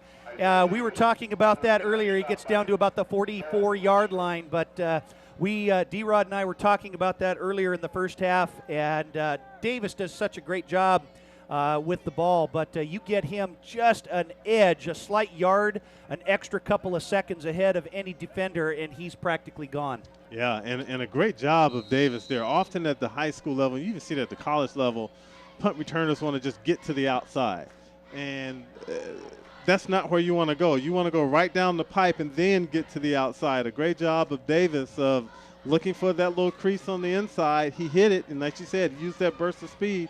But, somebody was able to trip him up. Meisner in at QB again. He's going to hand the ball straight up the middle. That went to Michael Niner. Niner coming in, sharing the running duties tonight with Dominic Bodie and Chaz Bauman as well. And he gets near the 45-yard line, mark it at the 44, where it will be 2nd down. And just like we've been seeing on offense at the quarterback position, the Wolves also had a lot of multi-talented running backs as well sharing the duties tonight. Wear him down. It's been a long time. It's been a few years since we've probably seen South Kitsap with that feature back. That guy there, that Victor Valle or Ryan Cole, that they're going to give it to time in, time out. Ben Severin's in there, and he makes the catch out in the flat. The pass from Meisner caught it near the line of scrimmage, and Severins was able to get ahead for a few yards. We're going to call it a gain of about 4 yards on the play. It's going to be 3rd and 6. So we've seen a variety of wide receivers coming in too. South Kitsap's primary receivers in Yamamoto, Davis, and Michael Powell, but Ben Severin's coming in and doing a nice job as well, as the Wolves are going to have we're going to call this 3rd and 6. They have the ball at their own 47-yard line, looking to do some damage. Coming out here in the I formation, split wide receivers. Severin's still in on the far side. Meisner under center, and they're going to hand the ball off, and he's stopped behind the line of scrimmage. And you could almost see that one coming from a mile away. Oh, yeah. Yeah, they were bringing them. They were bringing the house. And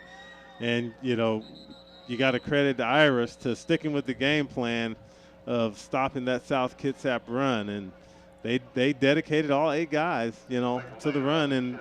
And as you said, you saw that one coming. He blitzed right into the play of South Kitsap. You could see that little delayed handoff right there, as we have a man down for the Vancouver Irish.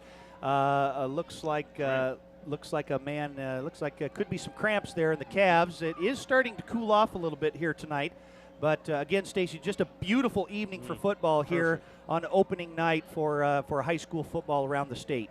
Oh, perfect. I mean, There's not a breeze in the air. It's not too hot. It's not too cold. It's just perfect. It's perfect. That was Christian Covington for the Irish there, and he gets up on his own and runs off the field. Good to see that young man up on his feet as the Wolves are going to come out here now and most likely going to punt the ball away. Good stop there by the Irish as they send back, that is Justin Sanvido back near his 20-yard line. Aaron Ladeau in to do the kicking duties for the Wolves. He's standing just inside his 30. We'll call it the 32. A good snap this time.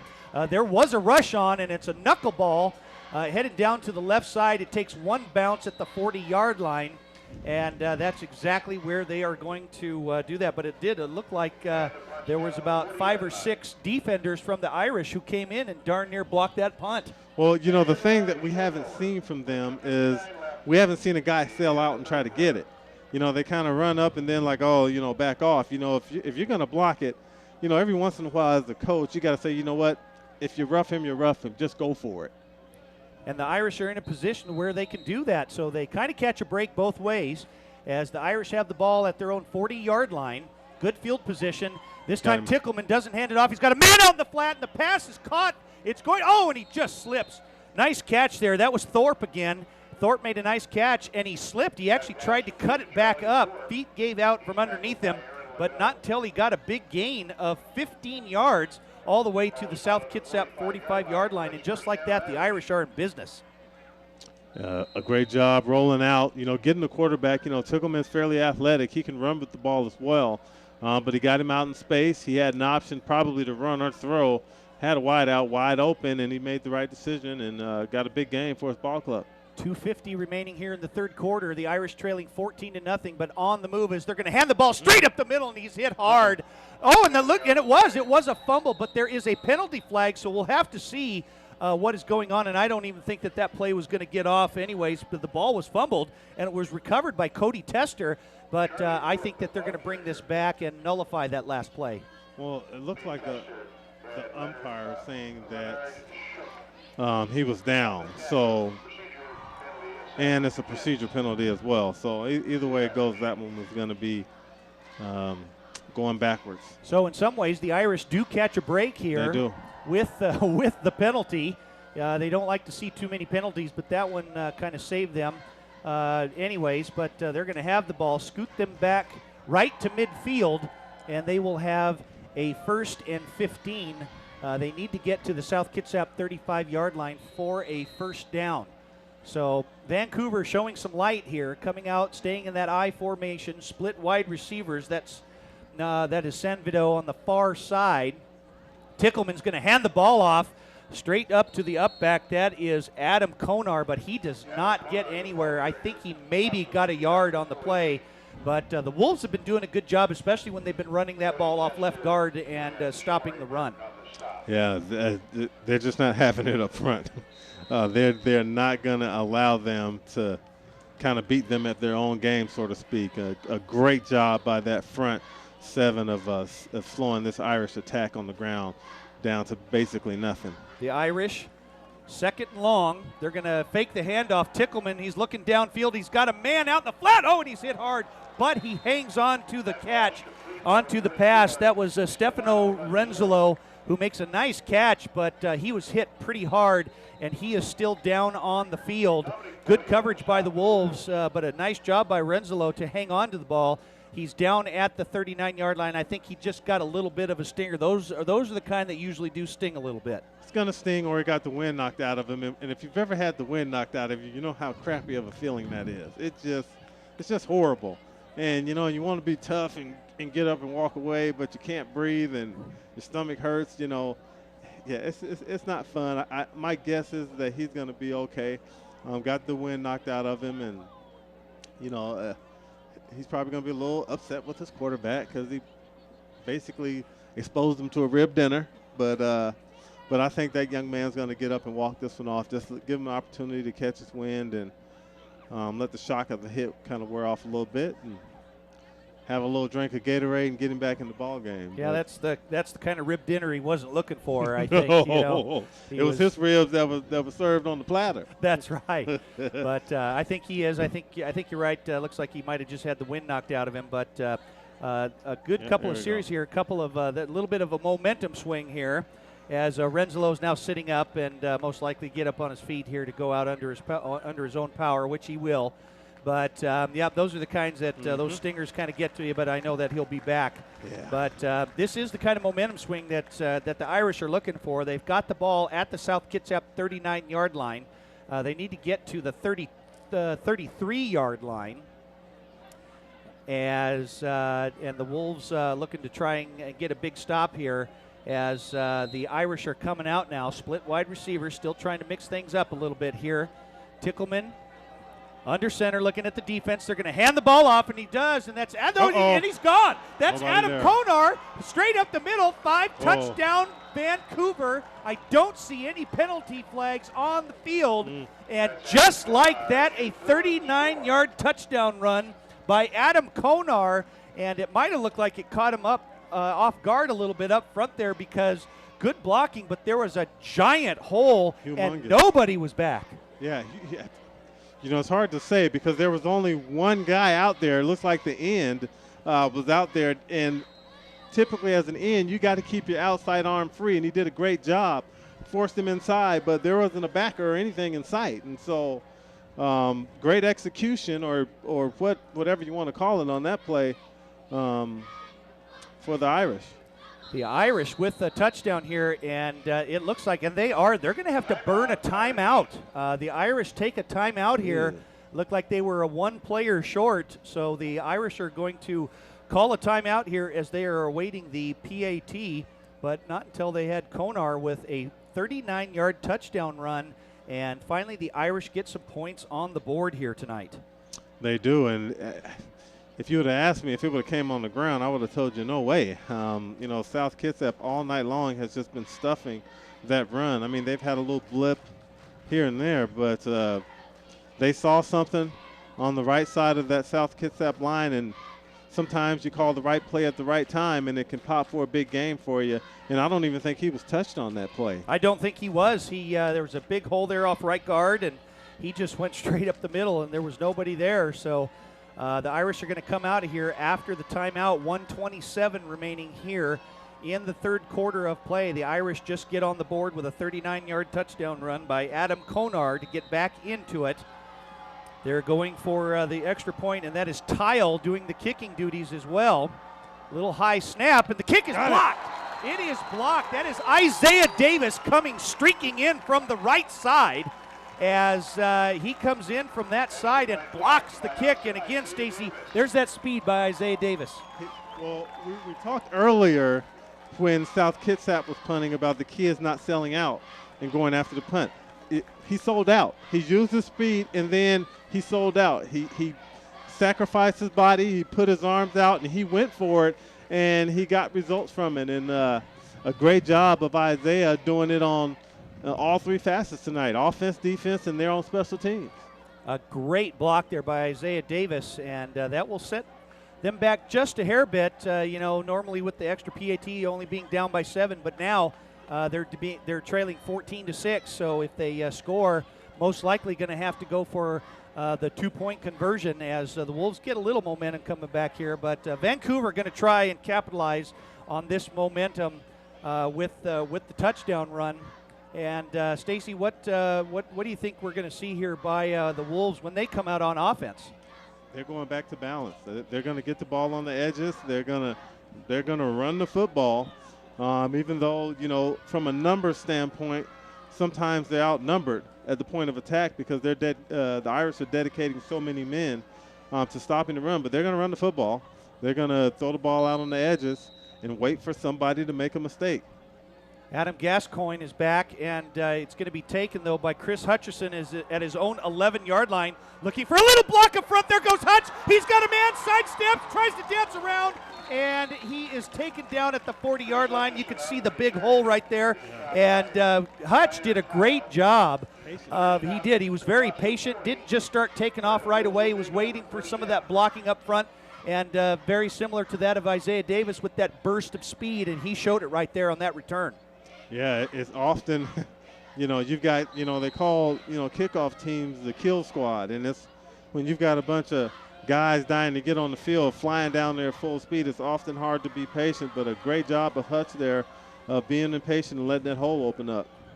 Meisner back in at quarterback. They're going to hand the ball off to Bodie, and he hurdles over a tackler, taken down at the 40, just inside the 45-yard line. Dominic Bodie has done a really nice job running the ball here tonight as Chaz Bauman comes into the lineup, but the Wolves, like you said, Stacy, earlier, they're going to just try and get some balance here now, trying to hang on to that football as now we have under a minute to play here in the third quarter. The Wolves leading 14-6, and they just want to try and sustain a drive here. Number 23 for the Wolves, that's Doug Yamamoto into the game on the far side. Powell is on the near side. Meisner, a little 5-step drop. He's got a man out. That's Yamamoto, makes a nice step inside. Doesn't try to get too cute. Gets near midfield where he will be down. The Wolves are going to be just barely short. We'll have to see where they spot it. I think he's going to be about a yard short, but nice job by Yamamoto right there, not trying to get too cute and just going down and hanging on to the football. Yeah, one move and get vertical, and that's just kind of the rule of thumb. A great job there and a great job of play calling. Often coordinators get into this habit of throwing when everybody in the stadium knows you're going to throw. But throw on second down, throw on first down, keep the coordinator on the other side of the field guessing. The Wolves doing a good job with clock management here. They're not even going to get the play off. No need to try and hurry up. You want to run that clock down as that's going to be the end of the third quarter of play. South Kitsap leading Vancouver, the Vancouver BC College Irish 14-6. The Irish just got on the board with a 39-yard touchdown run by Adam Konar, but the extra point was blocked as they trail by 8 points. And we'll see what the Wolves have in store and what the Irish have in store with this for this fourth quarter. But Stacy, again, both sides doing a really nice job, and with the exception of a couple of big plays, it's been a great football game here tonight. Yeah, and this is the first game of the year. There's going to be jitters. There's going to be mistakes. And we're seeing all of that, but now you're starting to see here in the third quarter, the kids are starting to settle down, the coaching's starting to kick in, and you're starting to see some excitement there on the scoreboard. You bet. Well, as always, Stacy, we hope you come back to join us sometime. Oh, we yeah. know you have to get going because you got to go back and do some radio broadcasting, but it's always a pleasure. It's been great having you here in the booth, and we hope you come and see us again sometime. Likewise, Darren. Okay, thanks all right, again. Take care. That was Stacy Edwards doing the some of the broadcasting here tonight here on SKTV, as sharing some of the duties. David Rodriguez, a.k.a. D-Rod, was over doing the radio. Now he's back. And D-Rod, I got to say, we have to say congratulations to you before this play takes off here for being a father, as you and your lovely wife gave birth to a beautiful daughter. Yes, my wife mostly, but yes, we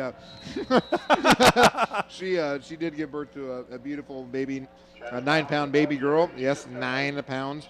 Little Sophia was born in the middle of the night on August 19th. So we're very, very happy to add the new little baby face to our family, and just can't be happier.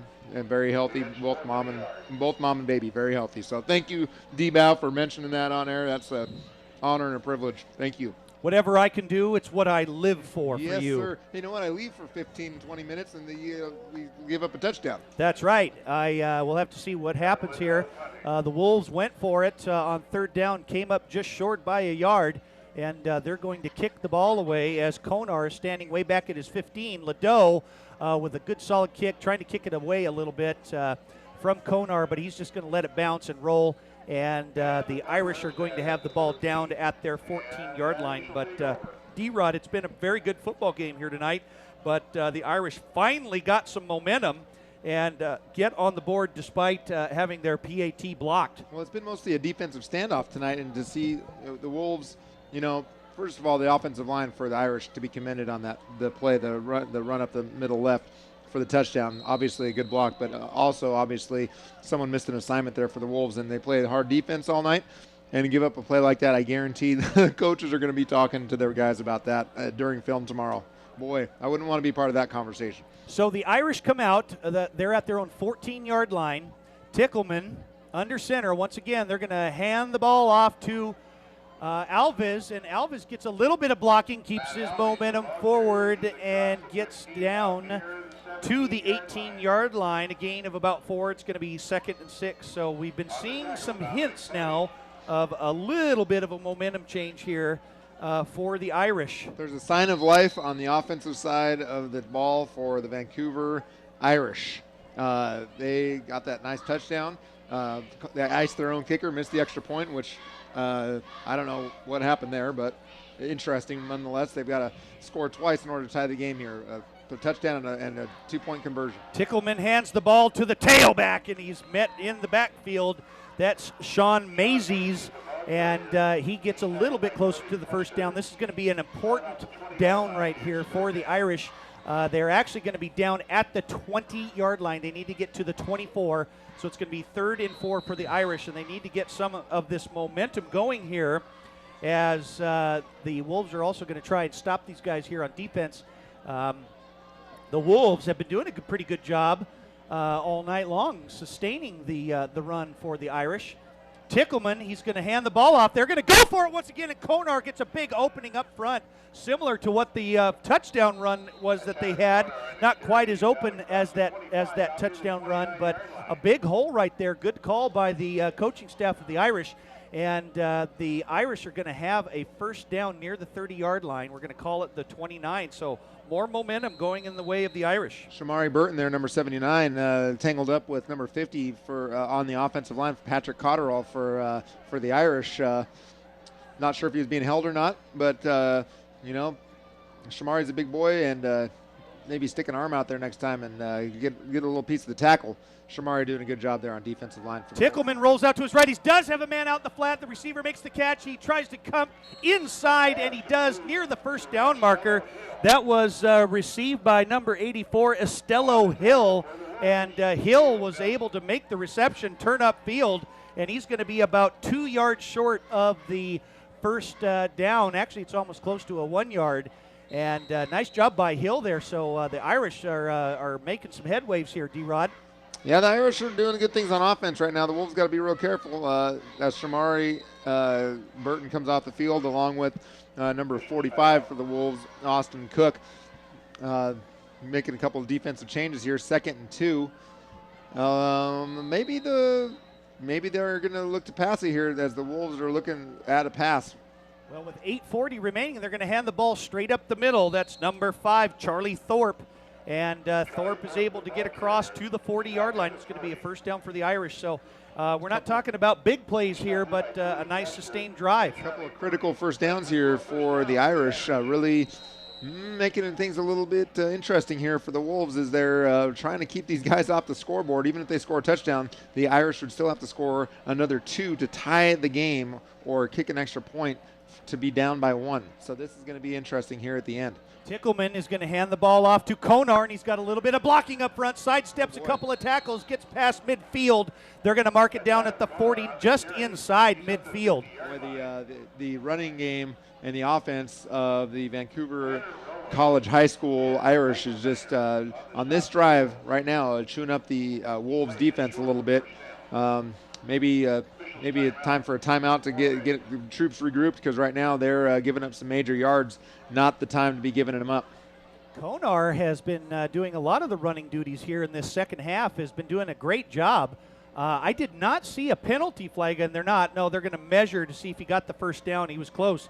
But Konar's been having some great blocking up front, scoring earlier on a 39-yard touchdown run. And a couple of big openings up front by that offensive line. And I think, I haven't seen the indication yet. Don Morgan on the chain gang over there on the opposite side, flipping it up for the first down. Don Morgan, who's been doing the chain gang for the South Kitsap Wolves football team since, 1971. Welcome back, Donnie Morgan. 40 years of sideline action for Don Morgan. Former three-sport athlete himself. Good job, Don Morgan. So the Irish with a first down. We're going to call it midfield as Tickleman drops straight back. He's looking for a man. He's kind of flooded. Oh, and it hits him right in the hand. That looked like the intended receiver was Hill. No, scratch that. That was Sanvido. And it hit him in a bad spot. It hit him right in the numbers, and he dropped it, and it was incomplete. It'll be second down for the Irish. Gain anyway. his quarterback took a pretty good hit, so you'd rather the guy at least catch the ball. But good news for them. It stops the clock, and the clock is not the friend of the Irish right now. They want to keep that thing stopped as much as possible if they can, because so far I don't know if they can score twice in a row in the end zone to tie this game up. They might be down 1 or 2 if they do score another touchdown. They want to get that ball back to be in line for a touchdown or a field goal to try to win this game, thinking ahead a few scores. The Irish doing a good job with ball control, but they don't want to waste too much more time here with 7:49 left, as Tickleman is going to stretch that run out to Konar one more time. He goes off left tackle, but he gains a couple yards. We're going to call it a gain of 2, and it'll be 2nd and 8 for the Irish. Actually, we're going to call that 3rd down. It's going to be 3rd and 8, so a crucial 3rd down play right here. And D-Rod, I can only imagine, though, this is probably going to be 2-down territory. 2-down territory? As in not going to punt the ball away. Oh, no, I would call that 4-down territory if I were you, but you can call it 2-down territory if you want. 2-down territory for the next 2 plays. So, and if you get 4 right in a row, as Tickleman, he scrambles out, but he goes down pretty hard right there by the linebacker coming up. Nice job. That looked like Michael Niner on the tackle. But I have been corrected as the Irish. No, we are in 1-down territory now. We are in 1-down territory right now because this is the 1 down that is very important to get. And the Irish have selected this 1 down to be a punt. As they're going to kick the ball away. They're going to punt the ball away with surprised. 6.5 left here. I am very surprised. They're going to hope to maybe pin him down. A nice little spiral kick, get that ball away. It looks like Chris Hutcherson. He kind of fumbles it. He's looking for an opening. He's running a little sideways, tries to cut back. And the advantage that the Irish are going to have, I do see a penalty flag down there, and that might even mean a block in the back.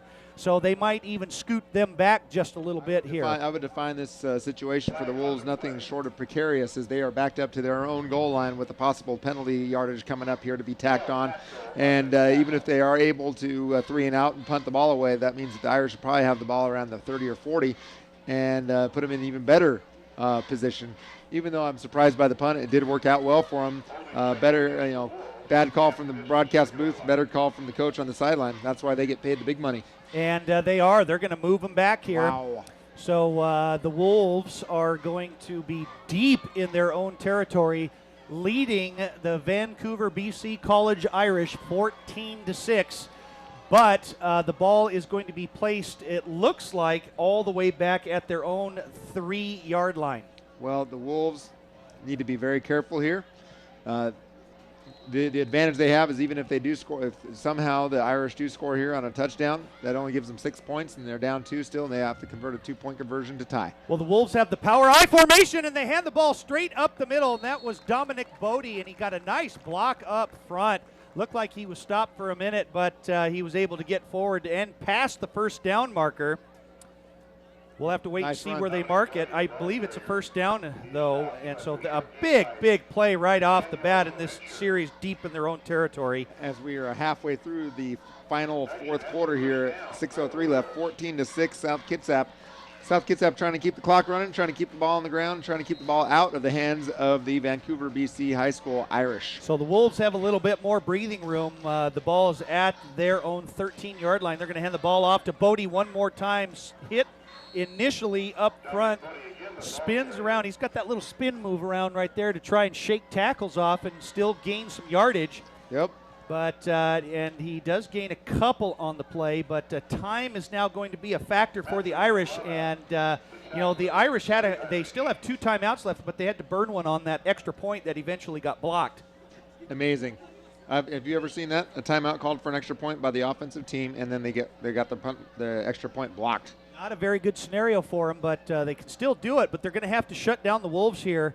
As 2nd and 8. Number 4, Ben Severins, is now in for the Wolves at the lone wide receiver to the near side. They're in that power I formation. They're going to hand the ball off to Bodie. He gets a little bit more room, spins around once again. And, one of the nice things about that little spin around move when he gets tackled is that they try and throw him. And when he does, sometimes that vaults him forward to gain extra yards. Very good job. Nice little spin move. And once again, the rushing attack by committee tonight. as well as quarterbacking by committee tonight. That's what I was mentioning over on the radio side of things next door during the third quarter, is that when we do these games, it's always nice to see so many of the athletes involved. There's a lot of teams that only are comfortable giving the ball to 3 or 4 or 5 guys throughout the game. That's the numbers we always get used to calling. But with the Wolves, it seems that everybody gets a chance to catch the ball, throw the ball, rush the ball, especially with the running attack.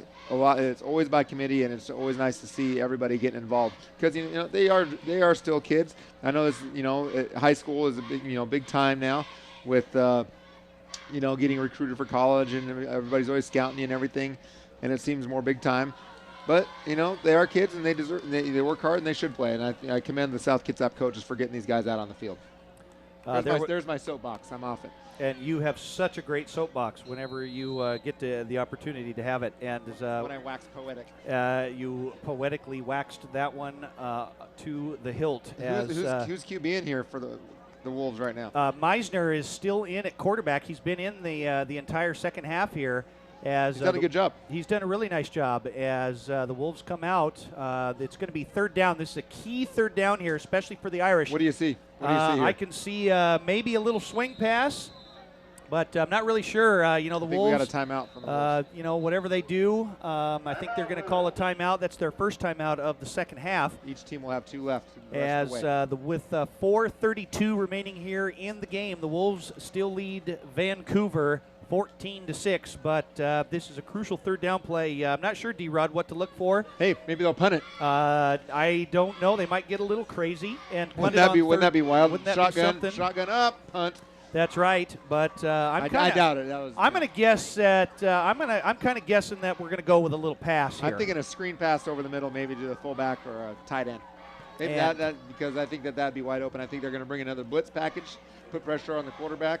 If we get the ball out of there in time, I think that Meisner might be able to get something over the middle, maybe to Austin Cook or to Bodie or whoever might be there in the past the line of scrimmage. Well, number 34, Caleb Nelson, the big fullback, comes in for the Wolves to block for Bodie. They're blitzing. And they're going to go with the little swing pass. Isaiah Davis gets a little block, and he sidesteps. There goes Davis. He gets out past the 30. He still stutter steps and gets out of bounds near the 40-yard line. Boy, it's fun to watch Isaiah Davis play football. It is. He catches that ball, and he just high steps, he has great balance. That's the worst-case scenario for the Irish, is Isaiah Davis kind of breaks the defensive momentum there for Vancouver College High School. That's a first down for the Wolves. They did not want that. They only have 2 timeouts left. I believe he got out of bounds, so nope, he stayed in bounds. The clock is running with 4:15 left here in the final quarter, the fourth quarter, and the game for the Wolves and the Irish as they battle it out here in Port Orchard, Washington. 14-6 Wolves. South Kitsap has the ball at their 39-yard line. They're going to hand the ball off to looks like Michael Niner, who is in at tailback, and he hangs on to the ball, the senior for the Wolves, and he gains a couple on the play. We're going to call it a gain of 2. It's going to be 2nd and 8 as that clock keeps ticking. But it's going to be second long, and this eventually, not that every series isn't, but this one especially for the Wolves, as they'd love to keep that clock ticking. They want that clock to run down, and they'd be very happy to come away with a victory here at Joe Knowles Field, the first game here tonight for the high schools here in the state of Washington, all statewide, as they're in that power I formation. They hand the ball off to the fullback straight ahead. That's Jens Johnson, and Jens Johnson just barreled over one of those tacklers as one of the tacklers was going backwards. He kind of looked like, do you remember one of our basketball players a few years ago named Chris Carlson? I remember Chris Carlson. Yes, Chris Carlson set the record for the number of charges taken in a season at like 26, I think, and that guy looked just like him because he was going backwards. Chris Carlson, those are called man makers here at South Kitsap High School. John Callahan, the head coach, Darren Bowden, JV coach, taking a bunch of charges. Yeah, it looked like a charge taken there.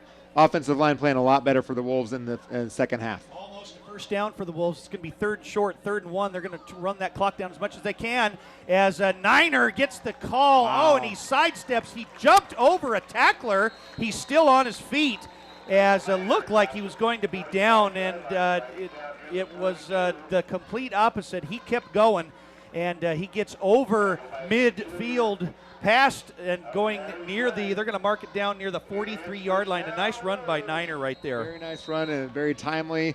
Speaking of time, the time is running out on the Irish from Vancouver College High School. 2:25 left as the Wolves are taking their time now. They picked up that first down and that nice run from Niner.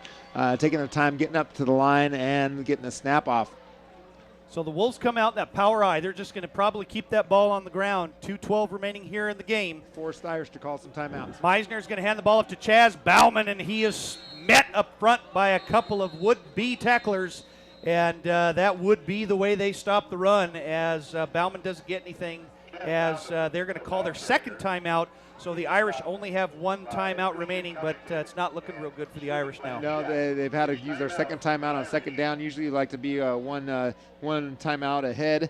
For example, if it's second down, you want to you want to have some more timeouts left than just two, because that means the Wolves are going to be able to run a play after third down and run some more clock off before they punt. So right now the Wolves are in the command seat, as the Irish, they didn't come down here to lose, so they're gonna do everything they can, throwing everything, including the kitchen sink at the Wolves, trying to force a turnover. The first half we talked about battle of defenses, that maybe the only way to score right then was the defensive turnover for touchdown. That's exactly what Isaiah Davis did.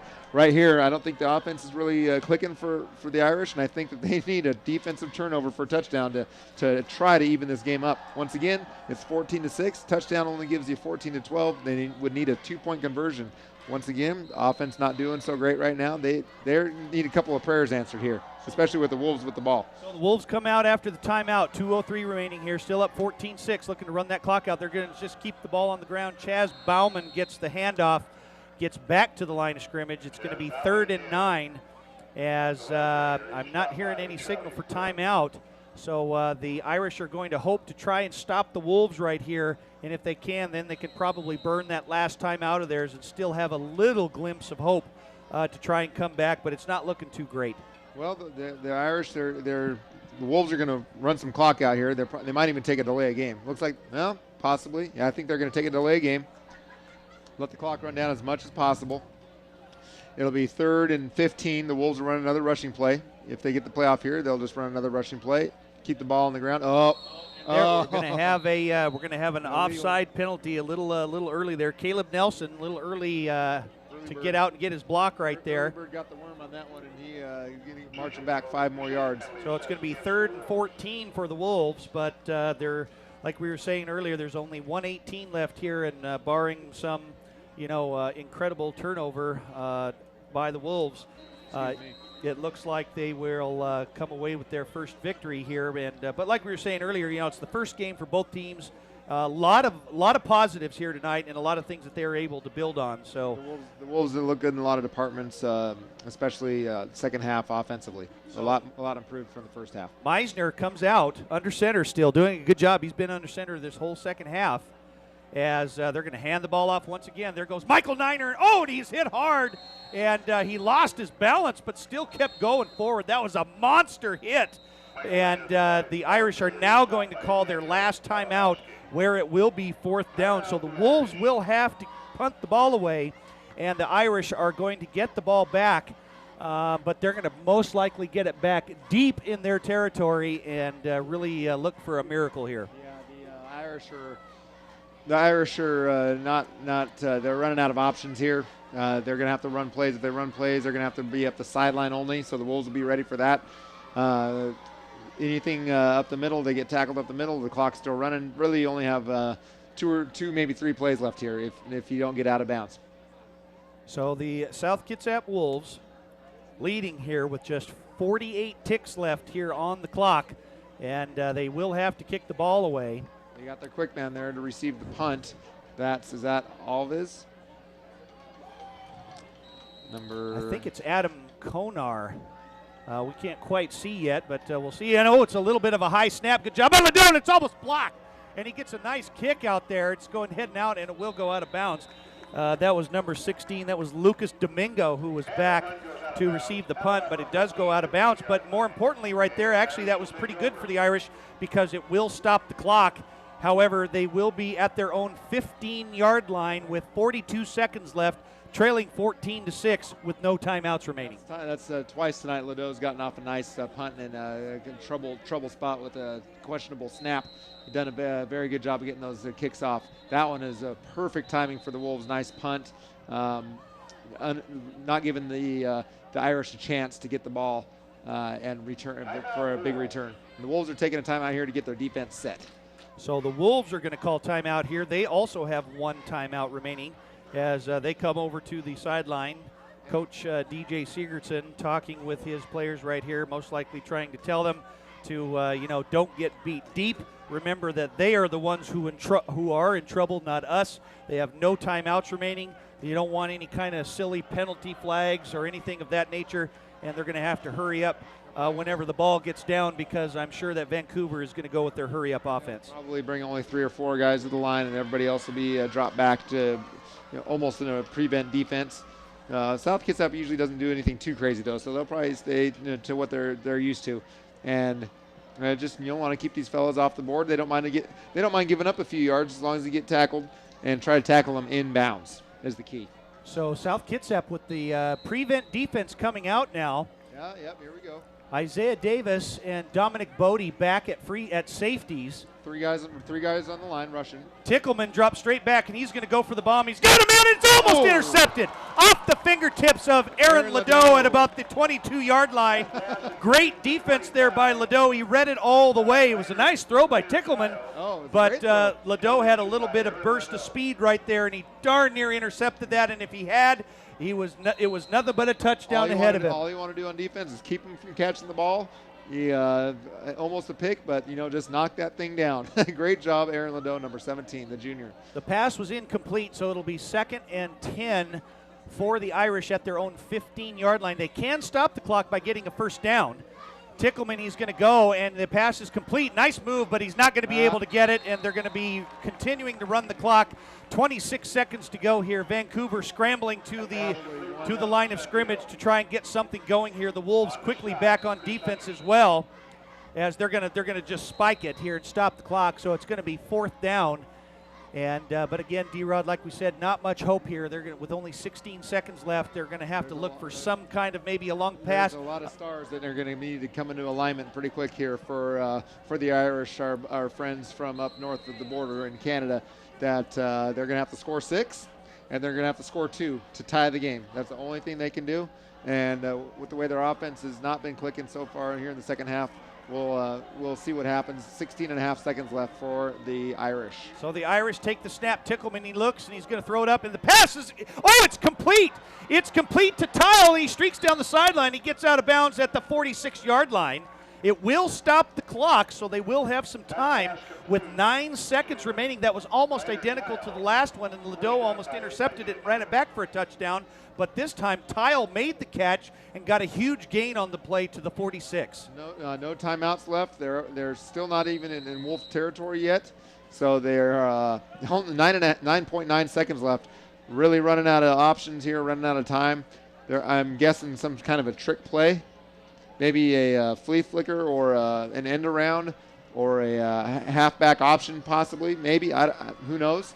They're going to have to break out something out of the deck here, though, to get some points on the board quick. This play. Vancouver needs a score. Tickleman, he looks down. He's got a man out in the flat, and it's intercepted by Chris Hutcherson. He's at the 20. He's at the 10. It's going to be a touchdown, South Kitsap, as time runs out. Chris Hutcherson with an interception, a 45-yard interception return. That should be the game. That should be the game. The clock has run out.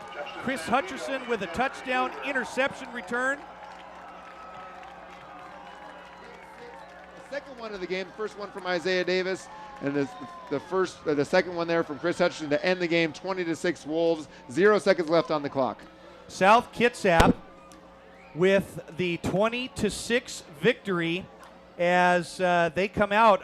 don't think that they're going to kick the PAT. I think that once the clock is run out, that the game is over, which they are. They're going to be lining up here. What a great way to finish the game for the Wolves. A solid defensive effort on both sides of the ball as our friends from Canada come up from up north and play a solid defensive game against the Wolves tonight.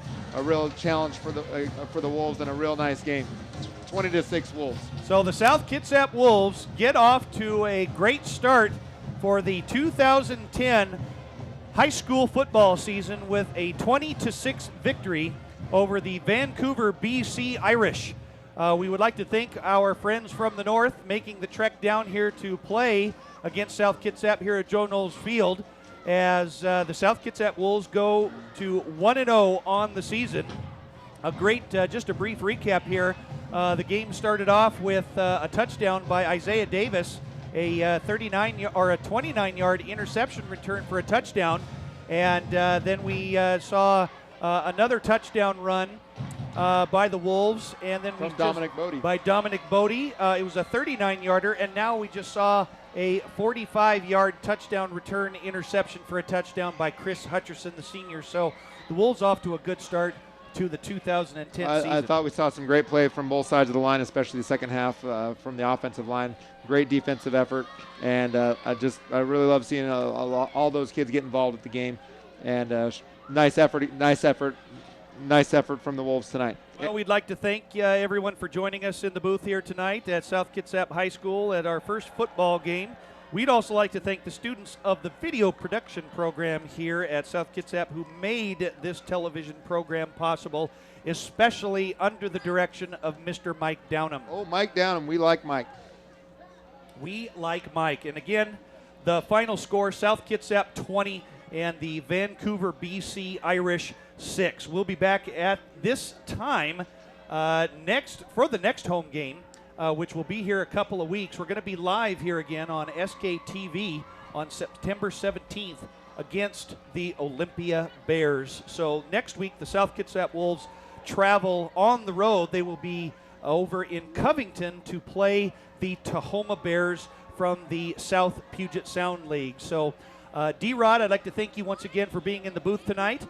I'd like to thank everybody for having me in the booth tonight, and it's always a pleasure being your partner up here, Darren, and we'll see you in a couple of weeks. And again, thanks to Mike Downham and the SKTV crew for putting on another wonderful production of live football coverage here on SKTV. And for everybody, I'm Darren Bowden, and we hope to see you guys again soon in a couple of weeks. And once again, South Kitsap 20, Vancouver BC 6, and we'll see you in a couple weeks. Thanks a lot.